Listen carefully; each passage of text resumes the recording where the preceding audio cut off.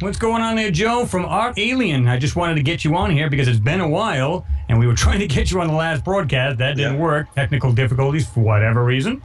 But I told everybody I'd get you either on a Skype session or we'll get you, on the broadcast one way or the other. We're going to have you on there. So what's going on? Yeah, oh, great. Oh, it's all been kicking off at this end. Glad to make it this time. We got Skype working nicely, so that's great. Oh yeah, and I did watch the show, by the way, which was awesome. And I watched the live show the last couple of hours, and then I went back and watched the recording because I missed the first part of the show. And it was great. I thought it was very dynamic, clear, some very good points made actually.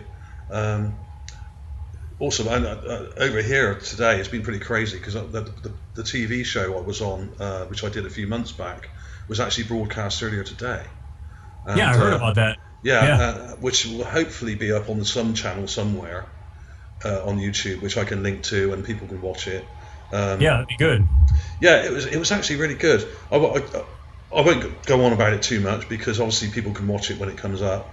But yeah, it was actually very well balanced for a Channel 5 show, I thought, and it showed us researchers in quite good light and was very polite about us and didn't take the mickey out of us too much. And there was a whole bunch of stories. There was Rendlesham Forest and incident from the 1980, and there was I did a whole section on Comet 67P, and there was a few other stories about some guy in Scotland that got attacked by a UFO and all this stuff, some crazy stuff. It was really interesting, and he had some really cool people on there, Stanton Friedman, and also Nick Pope was on there, the guy from the UK, and a whole bunch of other guys. They had some guy chatting about pareidolia, some doctor. They actually had a psychoanalyst kind of doctor dude on there who was going on about, oh yeah, well, these conspiracy theorists, they don't want to feel alone in the universe, and the reason why they want to believe in aliens is because they don't want to feel alone, and all this sort of stuff, which I thought was nonsense. But yeah, that's all rubbish. Yeah. But we had the last word at the end of the show, which was good. So it left it nice and open ended, and it didn't try to completely debunk everything. Although they had a balanced side to each argument, and it was really cool. So I was quite pleased with it. I was expecting to be completely edited out down to about 2 minutes, but I had about 10 minutes on there, which was quite good. Yeah, it is, and it gives you a good argument, or at least last comment you want to throw in, so on and so forth. That's good. I was quite pleased because they actually used the whole part of one of my videos. I think it was the Comet 67P Charon UFO video I think I did a while back, and they just took a bunch of that, and it had my logo on the screen as well. I thought, wow, they've left my logo in there. So I was quite pleased about that. It's nice. Yeah, thank you. But I did say to them, I said, look, you're not paying me. They just paid my expenses. I had to go all the way to London on the train, on the tube, all that kind of thing. It was a long journey from here, and it was quite a stressful day, and it was a bit of a rush and all that. But it turned out really well, so I was really pleased. And the wife was sat here with me watching it, and all my friends have been watching it, and they've all been on Facebook going crazy and stuff. I see that. Yeah, I actually saw that today, and people were like, hey, dude, it was actually a good show. Yeah, I was pleasantly surprised. I thought I was going to be made to look like a bit of an idiot, but it turned out really well. But usually that's not the case. Usually they try to bash you and make you look like a and the thing with Channel 5, they do have a bit of a reputation for doing that with people. Real trashy kind of TV shows, But this was really good. It was like sort of ancient aliens kind of stuff. It was UFOs and all sorts of stuff going on. And it was a really well put together show. They had CGI in it. They had loads of old footage from the Cold War and stuff like that, and loads of old UFO clips, and it was great. I thought it was really done well. It's one of the best I've seen. I was really, really chuffed with it, actually. It's awesome. Nice to be a part of it, and hopefully everyone will get to see that soon when it's up on YouTube, if they don't track it down and shut the thing down. Hopefully not, Well, is it possible that they'll have it on Channel 5's own site? Oh yeah, they will. I'll put a link up to that. But I don't know that's what I'm saying. I mean, you could do that, and everybody can go ahead and look at it that way too. I'll do it that way, and I don't know how long it would be up on their site for. Maybe a couple of weeks at least, anyway. But it's likely that someone that I may know vaguely over here is going to put it up on their channel anyway, and I can do that also. So that's all good. So it's all going well this end, really.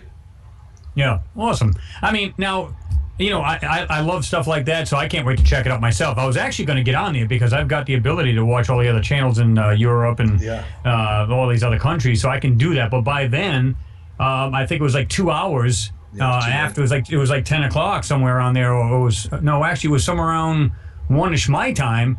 And I'm saying, there's no way. There's just, I forget what it was, but it was like 2 hours after the fact. So there's just no way. I was like, I don't know how long the show was, but I probably missed it. It was just under an hour, about 55 so minutes no or so. way. But it may well end up being aired in the US. I think maybe on one, like the History Channel or Discovery Channel, one of those types of channels. Anyway, hopefully, they are hoping for that. So it's a whole series about conspiracies and stuff. This was the last of the six-part series. So I'm hoping it ends up on one of them. And if it does, then obviously you'll all get to see it anyway over there. Yeah. And definitely. Just run and run. So I'll keep everyone informed about that and let everyone know if I find out. But that was good. But I did enjoy your recent video. The one you just put up about a couple of hours ago, maybe an hour or so ago. The Pluto video you done with some close-ups of the ground. Yeah, that was insane. That city structure that you showed. I'm not sure what the heck to call it, to be honest with you, but according to NASA, it's approximately 50 miles. Yeah. I think it was a 50-mile scale that they showed, and I'm going, okay, it's obviously not one structure. It has to be many. And because you're so far away, the distance, an extra amount of feet or miles, there's just no way you'd see these tiny little details, just kind of like another one I just did. I'm uploading as we speak. So, to people, I'm trying to get people to really start to recognize what they're doing and that they can do this, because there's plenty of people. I'm sure you got your own subs, mine. Yeah. You look at all the other people that are doing these videos. They've got hardcore subscribers that are all over these things. So that's the idea, is to try to get Joe Public, excuse the pun, Joe Public to actually go, you know what? Hell, I'm going to get Photoshop, and I want to look into this myself. That's the whole point of my videos, and I'm sure that's the way you want to do it. Exactly. Get the word out, and that's what it's all about. It's a group of people just trying to get the truth. I've got a lot of people now who are getting into this pretty hardcore now. And as soon as I put a video up, they're into it, and they download the image and they look at it themselves. And they're shredded. And they go straight in there and say, dark, play with the contrast, try this, try that. And I'm sure a lot of these guys are watching your videos as well. A lot of them are probably subscribed to you as well. So, absolutely. We've got our slightly different way of doing things, but if you put the two together, you've got quite a powerful set of skills there, I think, when you with your sort of groundwork that you do. The way you kind of bring the stuff out and reveal previously hidden objects is really cool. And people, this is what it's all about. It's all about teaching people how to see through the veil of secrecy that we get. Well, it's a different aspects, like you're saying. I mean, as a collective, like you said, you got your way of doing it, my way. Everybody's got their own way, so on and so forth. But the bottom line is, they're showing things that should not belong there. I don't care if it's Mars, Pluto, the moon. Everywhere. I don't care what body it is. If people go, you know what, I watched this guy's video and he showed something totally different from what this guy showed in his video, but guess what? Both of them showed things that don't belong there. Yeah. So it doesn't matter. The ultimate bottom line is, what's this stuff doing there? So I know there's other things you probably wanted to talk about too during the broadcast. I don't know if there's anything specific or anything else, because I know you were trying to get on so bad. I was going, I've got to get him on there. He's trying like hell to get on there. So I was doing what I could to everything to get you on. That's crazy. Wasn't happening. I tried everything, but I wasn't even getting your invites. Maybe it was because you were already in a live show that it wasn't working. Had I joined at the right time at the start, I think it would have been fine, actually. I think that's what it was. It's a possibility, but who knows? I mean, one way or the other, I said, I'm going to get him on there. I was trying everything this end. It was crazy. But yeah, it was a great show. And I look forward to the next one. Hopefully it'll be on the day I can make it and I can join in to the next one with all of you. That'd be great. But yeah, I mean, as usual, some very good points were made about the image obfuscation, and also the fact that I think Billy mentioned that us anomaly hunter channels are kind of being used as a buffer for NASA, so that they can offload any criticism onto us, or we get the criticism instead of them, because we're a direct kind of middleman in a way, kind of a direct link between the public and the officials. Mm-hmm. And even though we do criticize NASA a lot because they do silly things with these images, and they spoil the images basically, and they don't give us the real stuff. In a way, we are kind of supporting NASA because we're increasing the interest in these various projects that they're up to at the moment, and we're also encouraging new people to get into it as well, and probably in a little bit more of an accessible way than NASA do it, you know. Yeah. And if you look at some of the NASA videos that they put up, we actually get a lot more hits than they do on YouTube. Oh, yeah, I know. I noticed that. I'm going, what the hell? You go on any of the photos or the videos that's short, and they've got hardly any that go to Facebook or people Twitter. Are coming to us first by the looks of it, you know, and then they're going to maybe to see their video after or something. But that's good. I mean, people need to think in a critical way about what they're being told, and about these images, and what they're being told about the atmosphere or the conditions on these planetary bodies, because I really do think that we are being lied to about some very crucial details here about atmospheric pressure, and whether there are breathable gases on these planets or not, and the amount of water and liquid water, that kind of thing. As we were saying when we were chatting the other night, I mean, this is becoming increasingly obvious, and there's been a lot of people commenting on my videos, my recent 2 or 3 Pluto videos, saying that it looks like there are structures wherever we go, and they seem to be on a massive scale, much bigger than we could build. Like you see on the moon, some of the things on Mars are huge. Some of these structures are so enormous they could not possibly have been built by us. Oh yeah, I mean, and it looks like the technology or the architecture that's put into it is just insane. Like that one I just did, I'm going, what the hell is that? I mean, it's just it looks immense, first of all, and there's many structures in there. You just can't see every thousand of them. I'm sure there's thousands of them in that area. These are seeing the larger ones. Yeah, I mean, I'm just thinking, and we've said this in the broadcast. I mean, if you think about it, there has been life or intelligent life all throughout the solar system, and then some. Yeah, it looks like outside the. I mean, it's just everywhere, and I think they're finding this out, and they're going, you know what? We haven't explored Pluto yet. Go. We haven't done this planet yet. Go. We haven't done this moon yet. Go. And they're trying. Why is it the big bummers to go to 67p? It's a freaking rock. Yeah. Now they're saying there could be organics, carbon life forms on it. Microbes. Yeah. Imagine that. Now, what are we made out of? We're made of star stuff. We're made of carbon. We are carbon life forms. We are from the stars. Yeah. Why is it such a big surprise? Suddenly now, like I said, it's like they're doing it very slow steps. First of all, there might have been some little water on Mars. Now there's, well, wait a minute. Now there is water on Mars. In fact, I just showed a picture of, they showed like the inside of a Newton crater. Yeah. Where they showed the whole, of course it was more of a artist rendition than anything, but it showed like the side of it, and then it showed the actual picture, and it showed actually water streaming down inside all of this I'm thinking comets now, of the actual crater. Yeah. So I'm thinking to myself, okay, now they're saying, well, now there's water throughout the solar system. It's everywhere. Now there's, there could be microbial life on the 67P. I'm going, how the hell? And, and it might be carbon-based. Whoa, hold on. So, this is what I'm saying. It's just, and it's like this big urge to suddenly go out to every body they can get a hold of. Yeah. Why would they do that? It's suddenly, I have noticed. It's curiosity, but damn. I have noticed this a lot, especially in the last 6 months, but it's been building up to it. And I think because there's been a lot of, we had 67P, that was the big story kind of last year, really, sort of end of last year.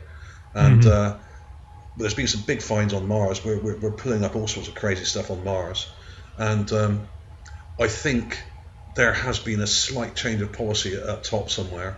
Whoever's pulling the strings, don't know who they are, and certainly in this country, we're getting stories about Mars and about all these planets every day, and all the newspapers are going nuts for this stuff. Yep, absolutely. I don't know if it's the same your side, but we're getting this in every newspaper, and they're not getting front page, but sometimes they are. These stories are really hitting big, and if you go on any of the newspaper websites, which I do kind of check out, because I've had a few stories in them recently, and guess whose stories get the most comments? Mars, Pluto, the Moon. I was going to say probably the basics, yeah, the most hot right now. Mars especially. I mean, you go on the HuffPost site or the Daily Mail site or any other, the Guardian. They run a story on Mars and they have to shut the comments down because they get overrun. They cannot cope with it. So people are captivated. So jam the server in a hurry. Yeah, they cannot cope with the amount of people trying to comment. So it's obviously a very popular subject, and of course a lot of people go on there just to take the mickey out of us and other researchers. But there is genuine interest there, and people are fascinated by these things. And I really do think there has been a change of policy somewhere up above. In some guy in a suit somewhere has decided that they're going to push we're possibly finding signs of life, everywhere we go sort of idea, and it's not just Mars, but everywhere we go. I think they're prepping the public. Yeah, and I think this is drip feed disclosure we're getting here. Exactly. I mean, it's just a slow kind of disclosure. Yeah. They're doing it to desensitize everybody to it. Yeah. In the event that it actually does pop out, meaning somebody really finds the truth or lets the cat out of the bag. I think it's just I mean, it's coming to a head now. How long it's going to take to do that? I think the more everybody puts pressure on this, the better it is. Like you said, I mean, look, if you listen to Billy when he said it, he said he sent letters to NASA, and they come right out and said, do what you want. I mean, if that's what you're seeing, go ahead and feel free to share it. Yeah. And it's like, somebody asked me that, what would happen if you showed a certain picture, and what do you think NASA would do to you? It's not a thing. We're their pawns. Yes, that's what we are. I think we're kind of their get-out clause, really, because if things go, maybe if one of us discovers something that is absolutely crystal clear and indisputable, then they might just say, well, okay, this guy's found this or this girl's found that, and it kind of lets them off the hook a little bit. Because if they were just to walk out and say, oh, by the way, we've been lying for the last 50 or 60 years about the moon and about Mars and everything else, then they would look pretty stupid, and people would say, well, why didn't you tell us before? I think this is the only way they can do it and save face, to be honest. Well, if you think about it. I mean, I'm the same way. I look at it and I just go, like when they showed the earlier photos of Pluto, they look CGI'd. And there's people on videos right now saying it's false, it's fake, so on and so forth. And then, like I said, I mean, even if the camera was a 1.6 megapixel, it's supposed to be, like I said, it's supposed to be high res. It just, it's like, why do people, this is what I don't get. They automatically go, well, because it looks like it's CGI, it's got to be trash, it's not real. If it was CGI, it would be better quality. Well, yeah, and that's the thing. And I said, I'm thinking to myself, why don't they get this idea that it's possible that they're not showing good detail for a reason? Mm. And then on top of that, they're putting a CGI, which makes it, I mean, I don't know about you. Before they, the more they start to put these CGI in there, or just overlay it, so to speak, or they're stacking the photos, or whatever they're doing to them, what's crazy about it is they look fake. Yeah. The videos, and I mean, it's like when you go back to the face in Cydonia. Yeah. That one there was black and white, but you can see it was airbrushed. If you really take a look at that picture. But then you look at this, well, now the new face, what it was the angle of the sun and the shadowing, and it made it look like that was a total big piece of shit CGI if I have ever seen one. Yeah, that was terrible. It was absolutely horrible. I'll tell you what I like too. Speaking of which, I love the piece you did on about, and I said this myself. In fact, we were on the broadcast talking about, is it possible that we did something to Mars? And then you just did a clip about Clyde. Clyde Tombaugh. What's his name? Yeah. The guy who discovered Pluto. Right. He actually, he discovered Pluto, but he also seen this explosion in the 1940s on Mars. 1941. So I'm going, okay, so now this is what's goofy. I said this before. Now, and I think you said something and you were right. You were pretty much spot on, is when they were actually designing the atom bomb. They were making these bombs and making them, trying to see how, they would detonate them in deserts and so on and so forth. And I'm going, how ironic. Wouldn't it be really odd if they designed it purposely to hit Mars? And not because of what's Earth-based? I mean, don't get me wrong, it's getting hugely speculative, but the point is, it's like, wouldn't it be just really weird to do that? Just go, shh. It's not like you got to orbit the Mars, just get it on a trajectory and just let it hit it, and whatever happens to anybody that's on that planet, oh well. It is possible to send a missile. I mean, it's purely speculative, but I mean, is it possible? I mean, I think now the problem with this is, I mean, obviously the guy died in '97, Clyde Tombaugh, the guy who discovered Pluto, and now what I really like about what NASA's doing now with this mission to Pluto is they've got his ashes in a little tin in this probe, and they're gonna shoot them out of this probe over Pluto when they get close to it, and it's taken them like 9.5 years to get there. I thought that was really cool because he's probably one of the greatest astronomers who's ever lived, really, and has really found so much stuff. And but that story about him seeing an explosion on Mars in 1941 only came up very recently. Yep. Someone put this stuff up onto Wikipedia. Yep. And I was just doing some research, and I had a Google alert, and it just kind of popped up a few months ago. And I thought, wow, this actually ties in with what we're looking and what we're seeing on the ground in Gale Crater on Mars, because we have all this debris smashed everywhere, all over the place. Smashed buildings, smashed stone blocks, and broken statues, and all sorts of stuff just lying around. And it tallies with it, and there's also the guy called Dr. John Brandenburg, who says that he thinks there was a nuclear war on Mars. And then now this story came out before I discovered that Clyde Tombaugh had seen this explosion. Now Brandenburg doesn't know when this potential war actually happened on Mars. He's just saying that there's lots of radioactive isotopes in the upper atmosphere. Yeah. Which could. If you notice too, they had that a while back. They showed like 2 big areas that they were registering this, or he reckons there were 2. Yeah. Yeah. Yep. There were 2 large areas that were actually had this fallout, so to speak, or this radioactive areas. And I'm thinking to myself, isn't that ironic? I mean, think about it. How long does nuclear fallout take to dissipate a nuclear area? If you go back to like, anything, 3 Mile Island, go to anything. And how long does it take before, you're thinking 50, 60 years before it's somewhat safe? I'm not saying you can run around and eat the dirt and everything else, but things start to grow back. Yeah, if you look at Chernobyl now, in fact, apart from the immediate area and certain parts where the cesium kind of fell down onto the ground, the wildlife there has gone crazy. Yep, it's all grown back, and the wildlife's just taken over. So. And there are still 1 or 2 people living near Chernobyl as well who refuse to leave. There's this old lady who's about 4 foot nothing tall, and she lives there on her own, and she's about 85 years old. Yeah. And she lives in this little wooden hut. It's crazy, and she's perfectly okay. She's perfectly healthy. So the thing is with radiation, it's very specific, and if you're not in the immediate blast zone, and you're outside a certain area, right. You're not in the dense part of it, right? Yeah, so it's very specific on distance and that kind of thing, and it obviously depends on the terrain and how the cesium was spread over the ground and what the weather was, whether it rained or not, or that kind of thing at the time.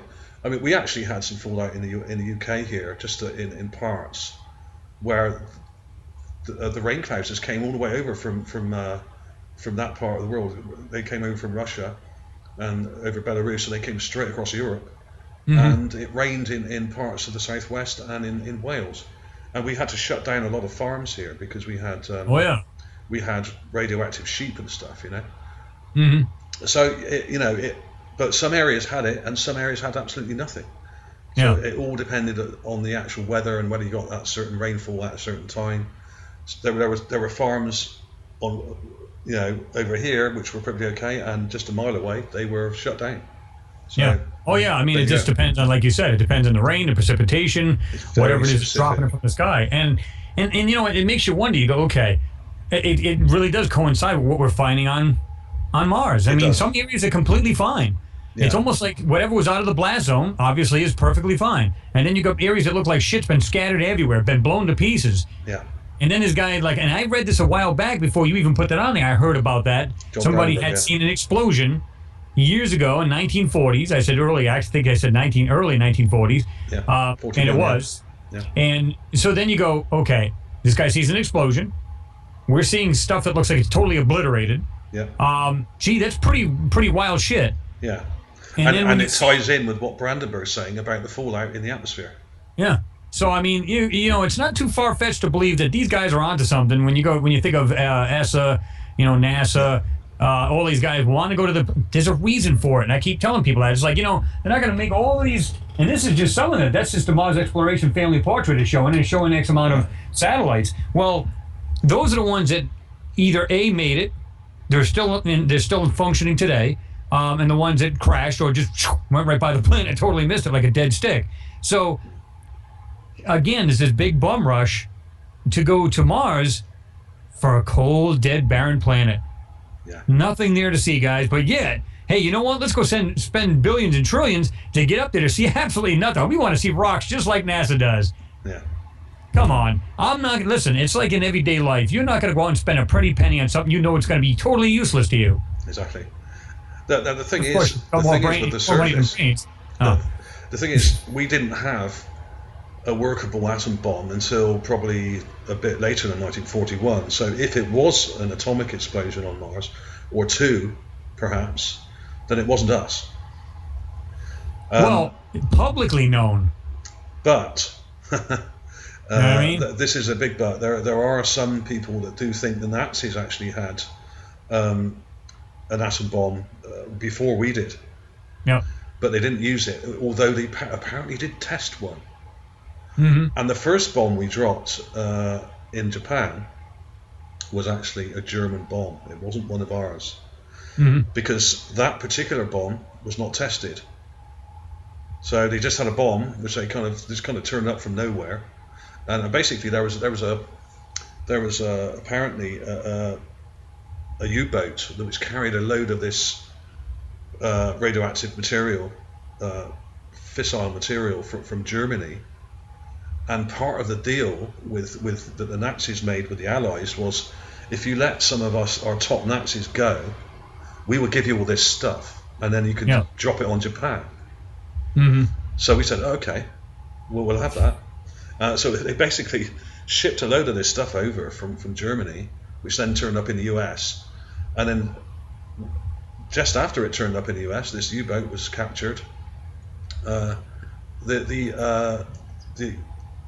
The turnover of radioactive material, I think uranium, enriched uranium that the Americans had in Manhattan, in the Manhattan Project, doubled overnight. So they obviously got a load of enriched uranium from the Germans. Now, whether the actual bomb itself was made in Germany is kind of irrelevant. The design was German, and a lot of the material inside that bomb was German. So, but I don't think they really had a workable bomb in 1941. So if there was a nuclear attack on Mars, it was somebody else, and it may have been the Martians themselves, perhaps, if there were still any around then. I don't know. Well, the real cool part about it is when you start to look at these. A lot of people say, well, we've never been on the moon as far as the United States. Well, man's never set foot. There's never been any landers. Well, here's the crazy part. Even if you don't believe that, Russia has. And when you look at, I think I'm going to probably murder the name of this, the Ludnikhod, this rover, and look at the rover. How ironic. Looks very familiar, doesn't it? Yeah. When you look at this rover, it looks a lot like some kind of design that we have today. It does. It looks quite and you can see the little scoop right here in the front of it. And it was done before we did. And here's the thing, they had their own rovers. Now here's the other thing. They've had more than one probe there. They've had multiple probes. So, I mean, come on. I mean, they've been there. In fact, they have kind of low-res pictures, but nonetheless, they are of the moon. So now let me guess. United States is lying. Russia's lying that they've been to the moon. Everybody's lying suddenly? Yeah, come on, man. I don't believe that. You know, these people out there, oh, the moon's not real. We've never been to the moon. Oh my God, I keep telling people, I don't know why these people who claim this stuff, I don't know why they're just, they're saying this is fake, that's fake, the Earth is flat, this, that, and the other. I'm going, well, then nothing's real. Just punch yourself in the face, see if it hurts. Yeah. I mean, it's just like, when does it stop? When is it, I mean, what's your take on stuff like that, like the flat Earth and stuff like that? I had a guy the other day. He left a comment on one of my videos, and he said pretty much what you were just saying there. That these guys come out with. We've never left low Earth orbit. We've never been to the moon. There's a glass dome over the Earth or something, and all this kind of stuff. And I was just like, wow. I mean. And then I can't remember whether I replied or not. I just thought to myself, well, if he thinks that none of this stuff is real, and the last thing he said was everything on the web is BS. When does it stop? And I thought, well, you're using the internet to communicate with me on my channel and telling me that we've never been to the Mars and never been to the moon, even though there's millions and millions of images of these places we've been to. And when I say millions, I mean millions when you put them all together. But this guy is saying that everything on the internet is bullshit, basically. And I'm thinking, well, by definition, then what you have just said is bullshit, right. Because you just use the internet to do that. So I mean, it's like, well, what can you say? These people are determined to believe this stuff, and they don't do any homework. Well, and that's what it comes down to. I think it's just plain ignorance, because if they had done their homework, because here's the thing, you get these people saying, like I said about the flat Earth, it's like, I had the guy, he still pokes me every now and then, gives me these, starts talking really nasty and stuff, and I just tell him, I go, look, please shut your suck hole. Show me the proof of this dome. I don't want to hear about how you dance around the question. I don't want to know about, NASA lies. We already know that. You're not telling us anything new. We don't want to hear about how we live in a fantasy world. Show me. Well, we can't, because if you try to go to Antarctica, it's off limits as far as flight. Saying, huh? Yeah, you're not allowed. It's no fly zone. Okay. Well, let's suppose for a moment it is absolutely true. If you have a flat Earth and you've got a dome over it, does it matter what direction you fly in to hit it? Shouldn't matter, right? No. I should be able to go to the east, go to the west, and I'm going to ram into that damn thing. Totally senseless. Yeah. Totally doesn't make sense. And they say, well, can you fall off the edge of the Earth? No, there's like 2 miles of like ice, like on the very edge. Really? Yeah. Please prove that. And they won't do it. They'll dance around the question every single bloody time. They can't come up with any evidence. That's the thing. No, they won't. And they come up with every asinine thing to try to either A, get the spotlight off them, because they know they're going, how do I answer this? Yeah. Or they'll make up something that, well, unfortunately, it's NASA this, or the law doesn't allow you to go check this. I'm going, wow, really? I don't know. It's like it's getting to the point everything's fake. Everything's fake. Yeah. Like you just said, the guy with the internet. All the people say, well, science sucks. Well, then tell you what. Go throw your microwave out. Go throw your computer in the garbage. Go throw your TV out. Anything that's got to do with electronic, just toss it out the window, because it's all fake. None of it's real. You're living in the Matrix. Ooh. So, it's just, they don't understand. They don't understand digital technology. And maybe some of this digital technology is reverse engineered from UFO crashes or stuff like Roswell, perhaps. I mean, there are rumors about this. The integrated chip and Velcro even was supposed to have come from Skinny Bob. That guy Skinny Bob that they kept in an Air Force base over there for a few years. He had this little skimpy suit on with Velcro attachments on it, and they thought, oh, that's a good idea, we'll copy that. And I mean, whether that's true or not, I don't know. We can't possibly verify that, but there are many things that we have now which are a direct result of at least from the space program. Oh, absolutely. And a lot of the things we may have may also be a direct result of reverse engineered alien technology that's crashed or shot down. Yeah, there was several things. There was supposed to be what else is supposed to be fiber optics. Fiber optics, yeah, absolutely. Was supposed to be supposedly. Now there's no way of proving that, but said it was said to be from like a UFO or something like that. If you look at all the patents that came out in 1947, a whole load of new ideas just came out from nowhere, really, and incidentally, they were all shortly after Roswell. Mm-hmm. And if you also look at the FBI, the CIA, and all the other organizations you have, including NASA, they all formed in 1947 as well. Yeah. So 1947 is a very crucial date when it comes to not only organizations forming, but also a lot of inventions and new patents came out that year, which are now used in everything. You know, so is that a coincidence? Maybe, but I think some of it may well be true, and we can't possibly verify that. And there are probably guys who will turn up and say, "Oh, I actually invented that," or "I came up with this," and that's fine. But because people are not stupid. I mean, as a whole. But a lot of the stuff that we have, and a lot of the space technology we're using, a lot of the mobile phone technology, and a lot of the computer technology we're using now is all developed by the military, and a lot of it came from the Nazis in World War II. Yep. And it took a couple of years for the technology that Nazis already had to be rebuilt in the US. Yep. And coincidentally, that would have been around 1947 as well. So I think a lot of it was Nazi technology. But there are rumors that the Nazis actually recovered an alien craft in Europe in the 1930s.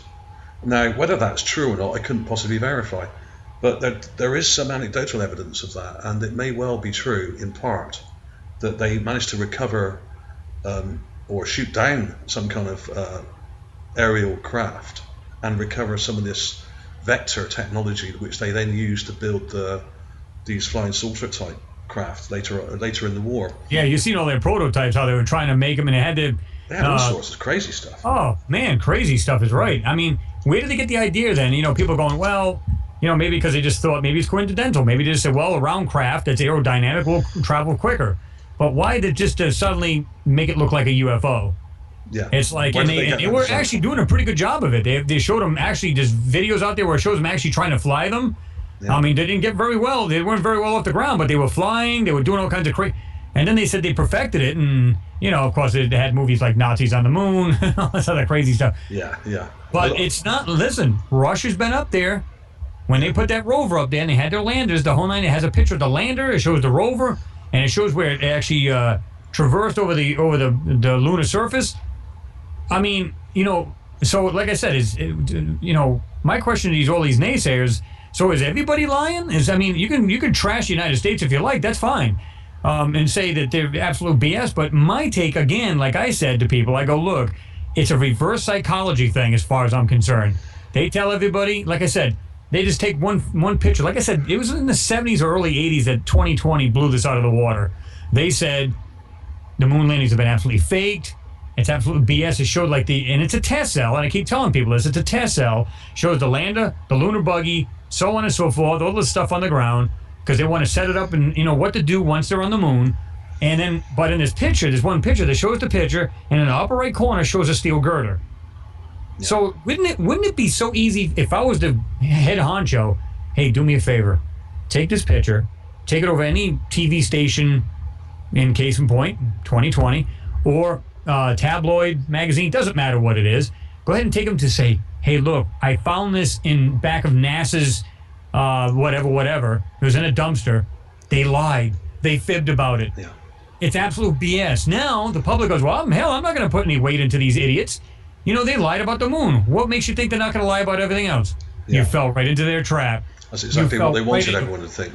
And the thing is, I remember seeing a documentary with Richard Hoagland on there, and he used to work for NASA as a press officer, I think, as a publicity officer. Yeah, he was a go-between, yeah. Yeah, and he was handed the actual memo that said, that was to give out to the press, that said that the moon landings may have been faked. Now, this was a cooked-up story, with a couple of dubious mock-up photographs that were probably shot down here, and they did shoot some of the images down here before they even went to the moon. Now, this was a setup. The whole thing was a setup, and it was very effective, because what then happened? Millions of people all over the world suddenly started saying that we never went to the moon because there was a couple of photos faked, which they were, and purposely faked. And because they wanted to believe that we didn't go, they believed it. Yeah. It was. So now, think about it. You've got NASA having we the people, fighting each other. Well, we've been to the moon. No, we haven't. Yeah. So now, just sitting back on, we'll let our lie run. People are going to not put any weight or any investigations into our photos or our missions. They're going to be, like I said in my other broadcast, they're going to be more than happy to come home from work, sit there, throw chocolate and bonbons down their throat while they're watching their favorite sitcom, go to bed, start the day over again the next day, not think twice and put nothing into it. And I absolutely believe that's exactly what happened. There's too much proof to believe it didn't. Yeah. And like I said, I mean, that's why they're going, hey, you know what? If you want to put these pictures out, if you think it's, whatever, go ahead and share it with anybody you want. They don't care. Why? They want this hash going back and forth. Yeah. Oh, they did go. No, they didn't go. Yes, they did go.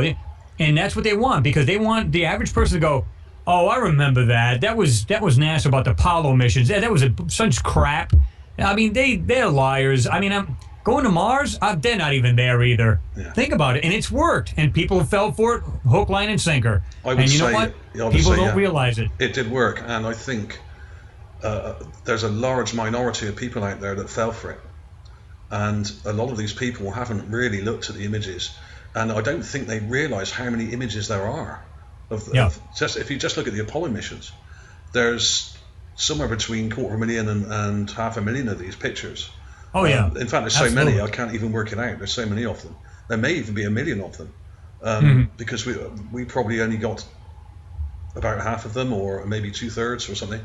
And it was very common for military organizations. If you go back to World War II, there were many operations in World War II where they filmed the operation before they even did the operation. Yep. The invasion of Paris was partly pre-filmed before the war even started. Yeah. So the Nazis actually took a film crew to Paris and went up the Eiffel Tower and took some shots waving and stuff and doing the salute and all that kind of thing. And that was before the war. Yeah. So they knew that they were going to do it, and they had it all ready. They had it all prepared. And there was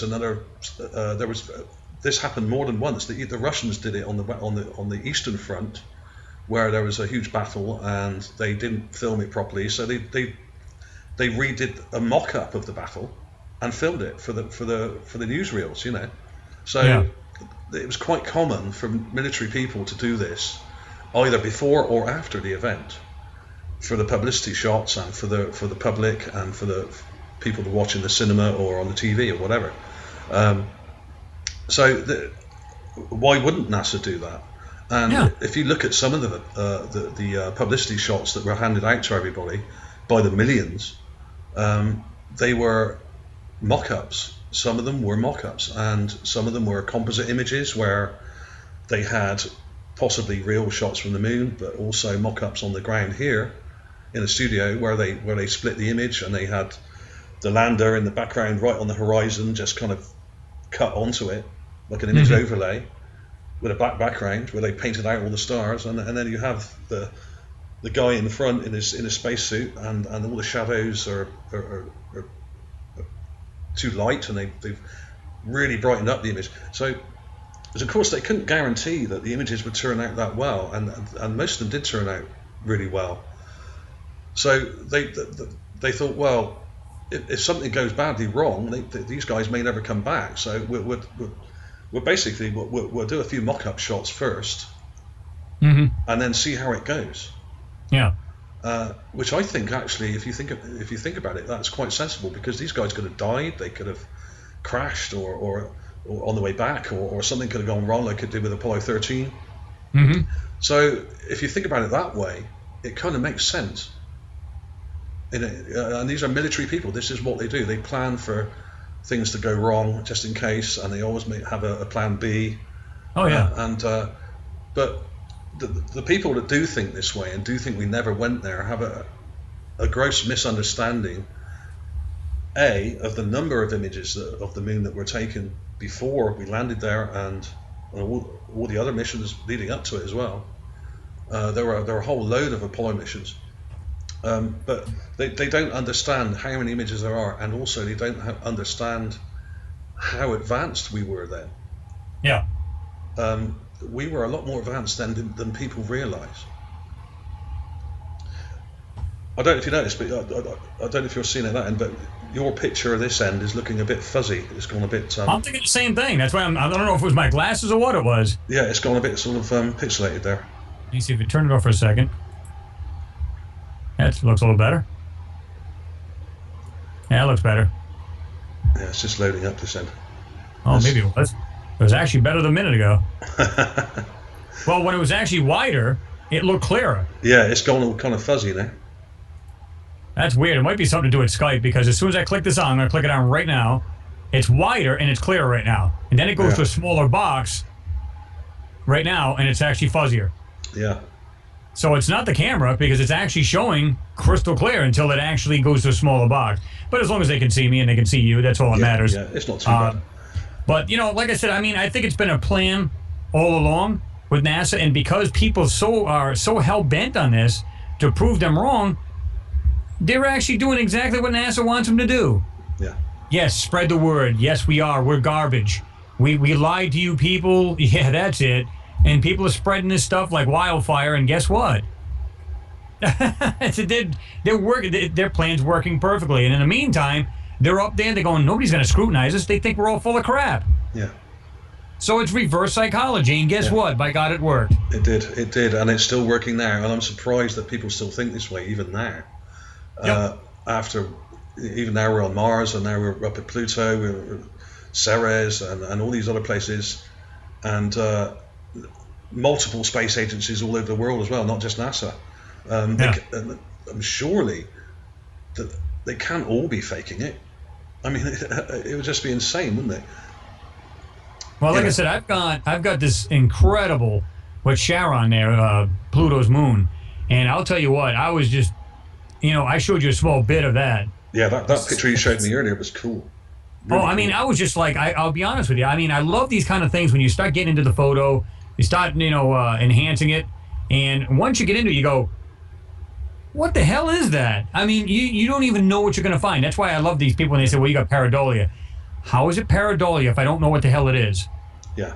If you said, boy, it's a huge bunny, well, then yeah, absolutely. You sound like a fruitcake. But when you come out with something, you go, guys, I don't know what the hell this is. It looks like, and this looks like the center of, like, it looks like a giant power plant. It does. In the center of all of these structures. And when you see this thing, and I didn't even complete it, to be honest with you, didn't even complete the enhancement of this moon.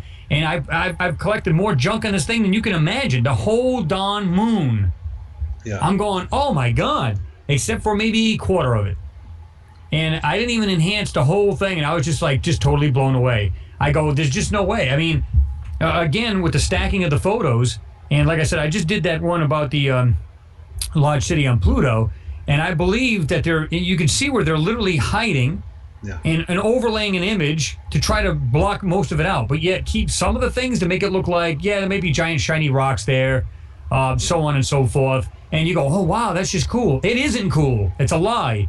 And, you know, when you get into these photos, and like every time I see that white, smooth area, yeah, I go after that stuff like a pit bull. Yeah. I mean, it's absolutely rubbish. I mean, you just look at this thing and go, come on. And then just break into the photo, man, and you're just going to go, wow. And like I said, I was just showing people just going like this. Any direction, doesn't really matter. All of a sudden you see squares coming out, different L-shaped items, the rest of the actual pieces that were in the ground, but yet they went further underneath this manipulation. And then by joining all of this, that's what I come up with. And you can call it a city, call it a giant spacecraft for all I give a crap. I don't care what it is. The point is, what the hell's it doing on there? Yeah, exactly. I'm just totally blown away. And I think if they're seeing these things, now keep in mind, this is our last, well, they call it a planet, then a body, then a planet. Our last planet in our solar system, and guess what? There's something there that's intelligently made, including the moon. Yeah. So you have to ask yourself, okay, this is furthest from the sun. Mm-hmm. So tell me again how life can't live, you know, out of the Goldilocks zone. Exactly. The thing is, what they fail to take into account, and I'm sure this is the same with a lot of these planetary bodies, is that a lot of these planetary bodies have internal heat. Yep. From the planet's core, and it's quite possible that primitive or life forms may have evolved on some of these small planetary bodies. But if you have a very advanced civilization out there, not from Pluto, maybe not even from Mars, but from somewhere else, that inhabited our solar system, which it looks like, and then went round all these different planetary bodies and building huge structures everywhere, then it's irrelevant whether that planet was actually habitable or not, because if you're advanced enough, you can overcome those difficulties. Yeah. And the gravitational pull on Pluto is very similar to our moon. It's about 0.64 or 0.62 or something. Mm-hmm. It's quite low gravity, so it would be possible, just like on our moon, to build extremely large structures with relative ease if you were advanced enough and have the material capacity to do so. You wouldn't need to live there initially. You could just go there and build a mining colony or build a city or do whatever you like. Well, it's no different than your vehicle. I mean, you got artificial atmosphere in it. I mean, to a certain degree, meaning you're not having oxygen coming out of it, but you can make it cold, hot. Exactly. You know, you have the right amount of oxygen or something that converts maybe gases from that planet to a more breathable atmosphere. All for we them. need to do is drill into the ground deep enough to get heat from the below the surface. Yep. Geothermal heat, and then you could extract water from there, or you could just melt if there's ice on the planet. Most of these planets have ice. Just melt the ice. You could convert the gases in the ice into breathable oxygen. Yeah. And fuel. So yep. It's all there as long as there's water or ice, which all these bodies seem to have. Then there is a possibility to colonize any of these bodies. And I think this was another thing that Billy mentioned on your last broadcast show, was that a lot of there's loads and loads. I mean, I forget how many there are around some of our larger gas giants in our solar system. There are dozens and dozens of moons around these huge gas giants. Yeah. And they get heated by these gas giants. Yeah. So and they've got atmospheres, they've got ice, they've got all sorts of stuff. Some of them may even have breathable oxygen atmospheres. Mm-hmm.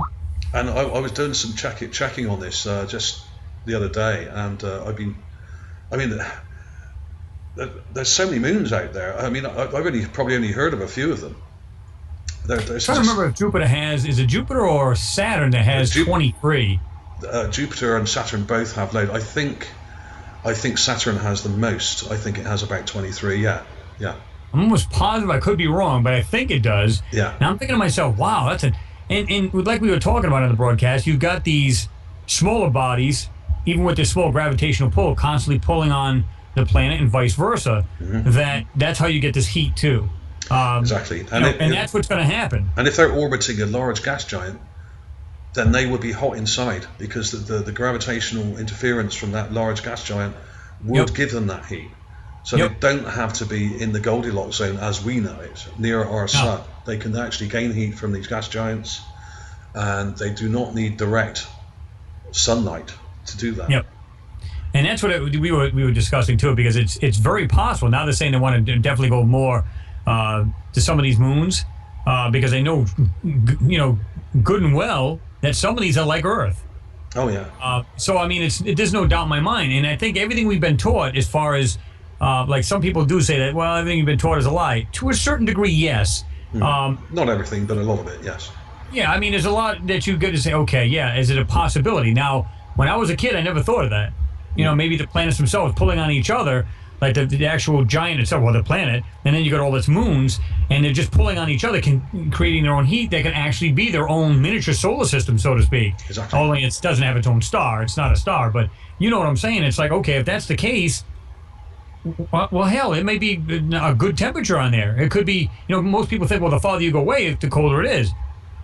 Hypothetically, yes, and it is, because the sun only shines on the surface of something. That's what heats, because as far as the atmosphere or the outer space, there's not enough molecules that carry the heat. So if there's anything that's on that the sun is shining, it will warm that surface. Yeah. Now, if you get a little sunlight from the sun, plus the planets, their own gravitational pulls to the moons and vice versa, sure, why not? Yeah. So it's highly possible. I think they're discovering this more and more, and they're just going, guys, there's a whole lot of stuff we don't know about. Let's just go out.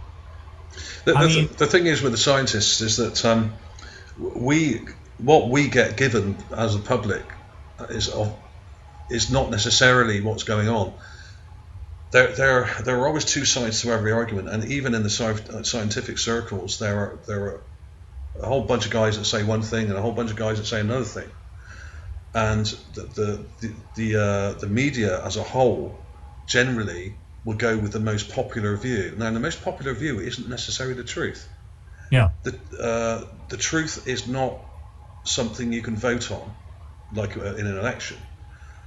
The actual truth of something, whether it's the planet's atmosphere or whatever else, is what it is. Now, you may have two opposing ideas and two different factions in the scientific circles, and what scientists tend to do when they find out that one side is getting more correct assumptions about these things, they all kind of jump on board. Mm-hmm. They jump ship. Yeah. Because they don't want to be on the losing side here. Right. Okay. So what happens over 50 or 60 years is that you might have a whole bunch of people on this side 50 years ago, but as they find more and more evidence of these things as we go along, as we are finding now, people are jumping from that side to this side and joining the winners. Okay. Yeah. Because they don't want to be losers, and that's just that's perfectly natural. So, and this is how science works. Science works on a sort of on how good are your assumptions, and if you make an assumption that turns out to be correct, you gain kudos for that. If you make 10 assumptions in a row that turn out to be correct, then you gain even more kudos. So, popular science is about how close you can get to these things by pure guesstimation. Yep. And if you're good at that kind of thing, you will get more credibility from it. And if then that is backed up by evidence when we actually get to these places, then you will just be promoted and you will go higher and higher, and you will become more powerful and richer as a scientist. I mean, that's the way it works. It's kind of like a pyramid scheme. But there's two pyramids. There's the right pyramid and the wrong pyramid. If you're on the wrong one, you better jump pyramids before you get to the top of that one, because you're going to look bad and your credentials going right in the can, right? Yeah, exactly. And this is also why scientists don't touch a lot of these anomaly things that we look at.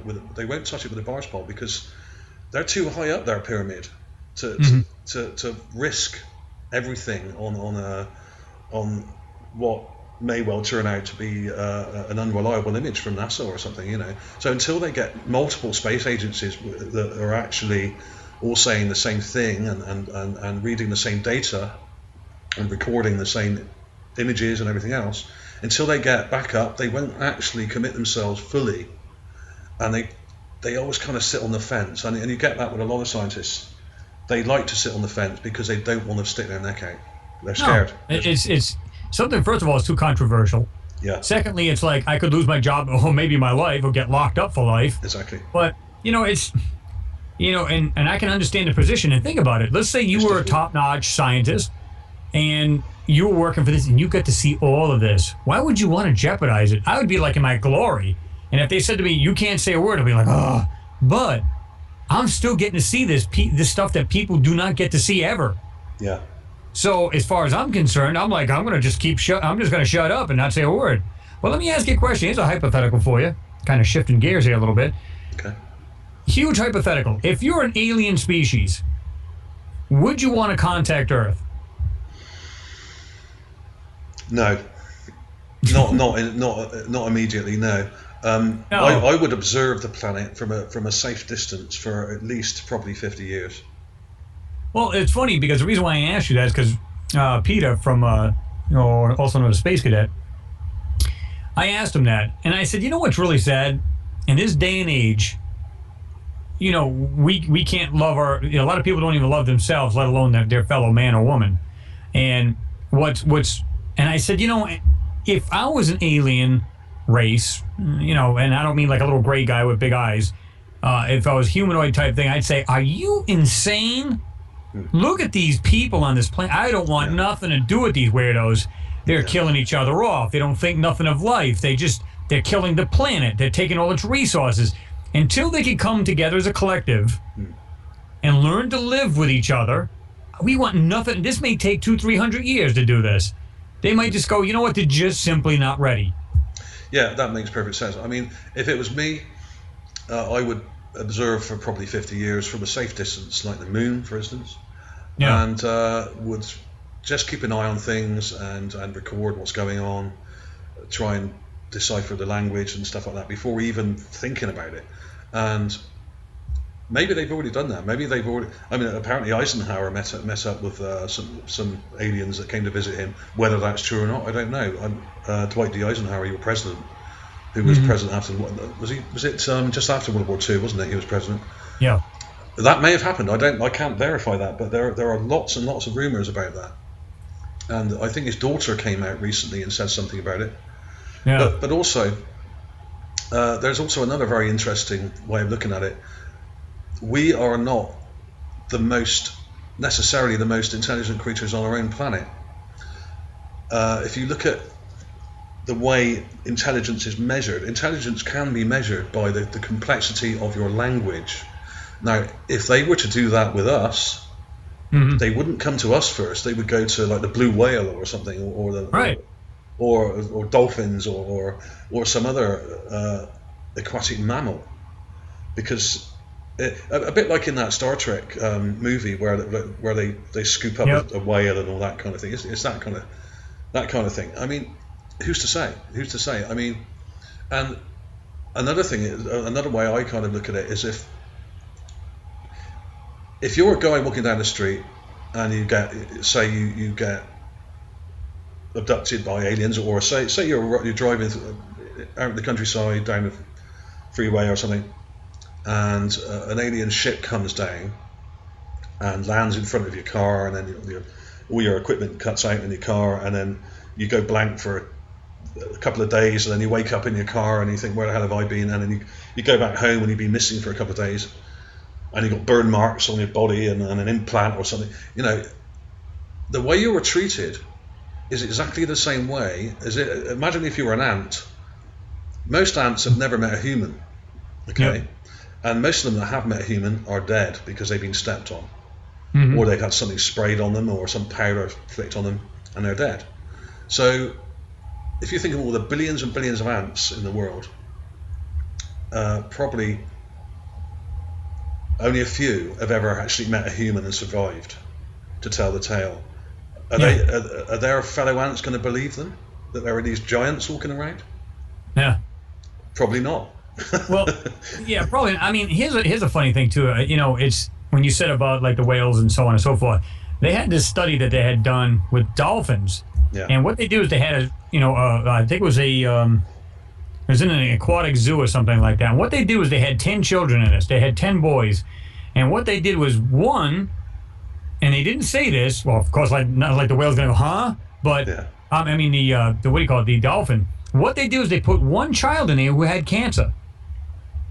And this dolphin literally went over to him and started sniffing him out, like it could sense it.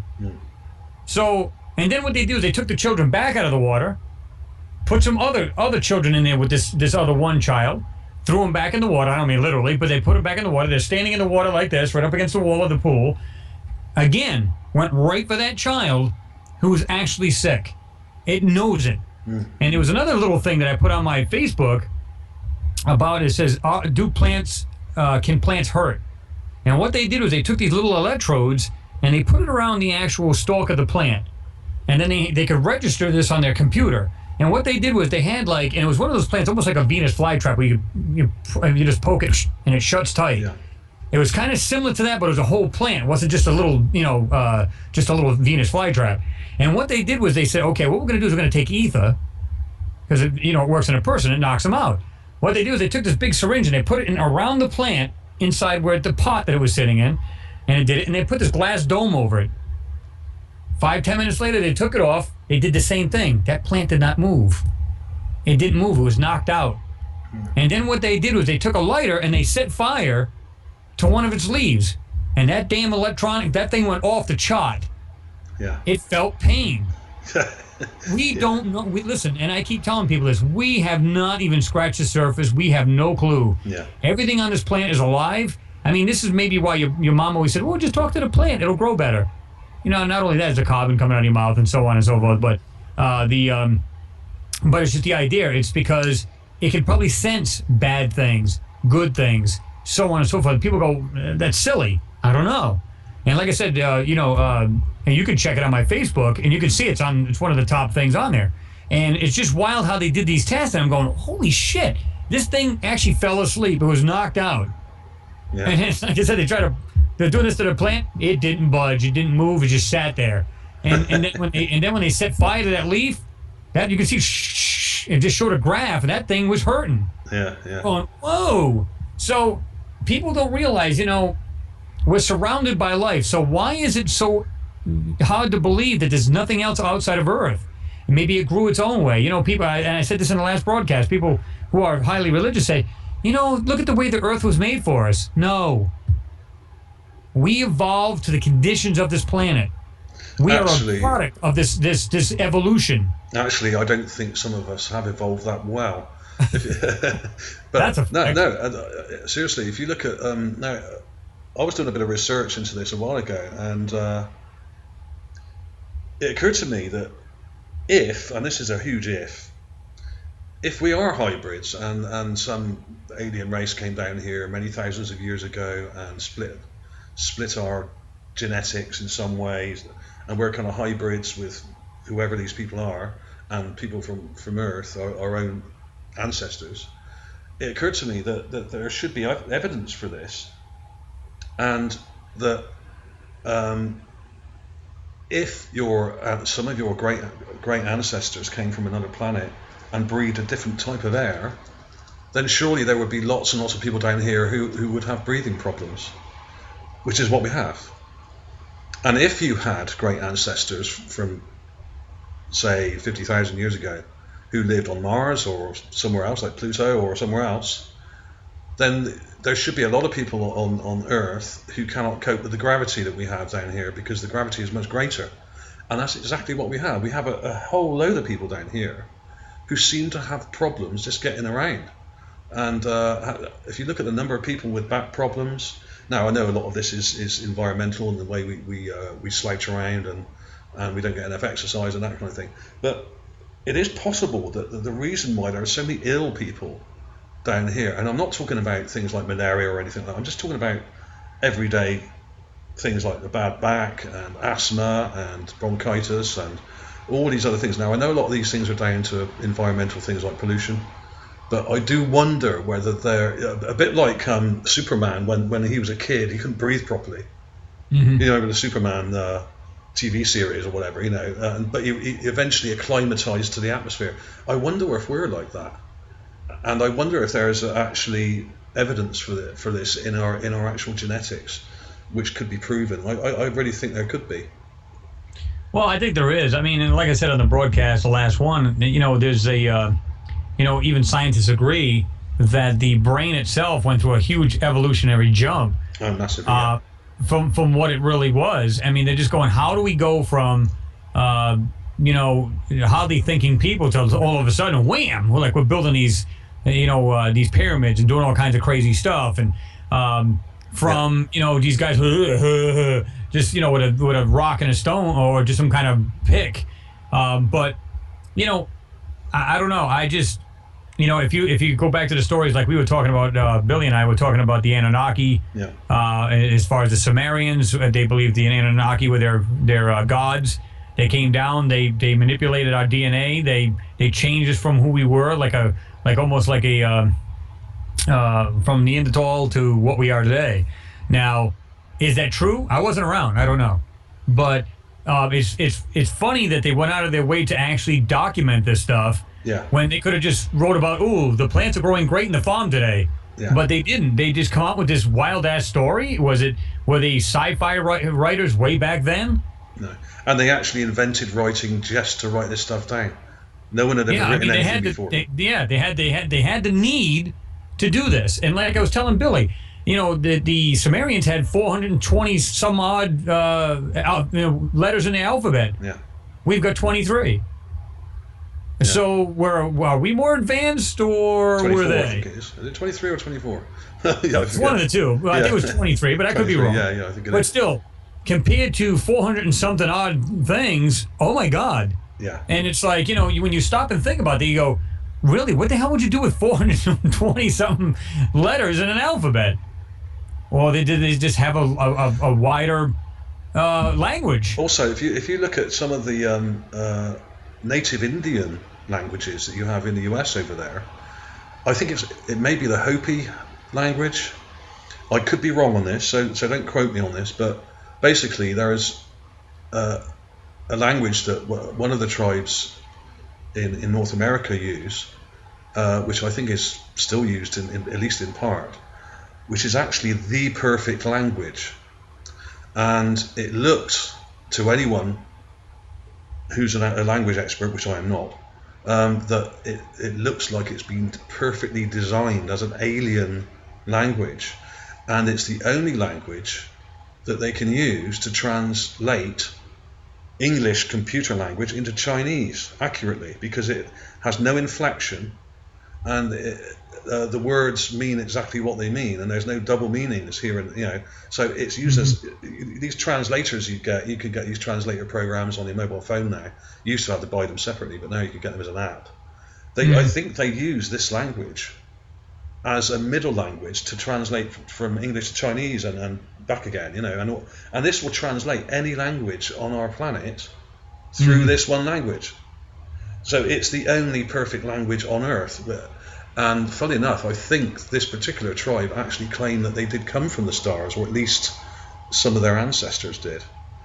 Well, yeah, a lot of them did that. They actually said that. Well, some of them the Snake Brothers, as they call them. The Snake Brothers. Yeah. I mean, there's some of them that claim that they came from the ground, but a lot of them claim that they had come from the stars.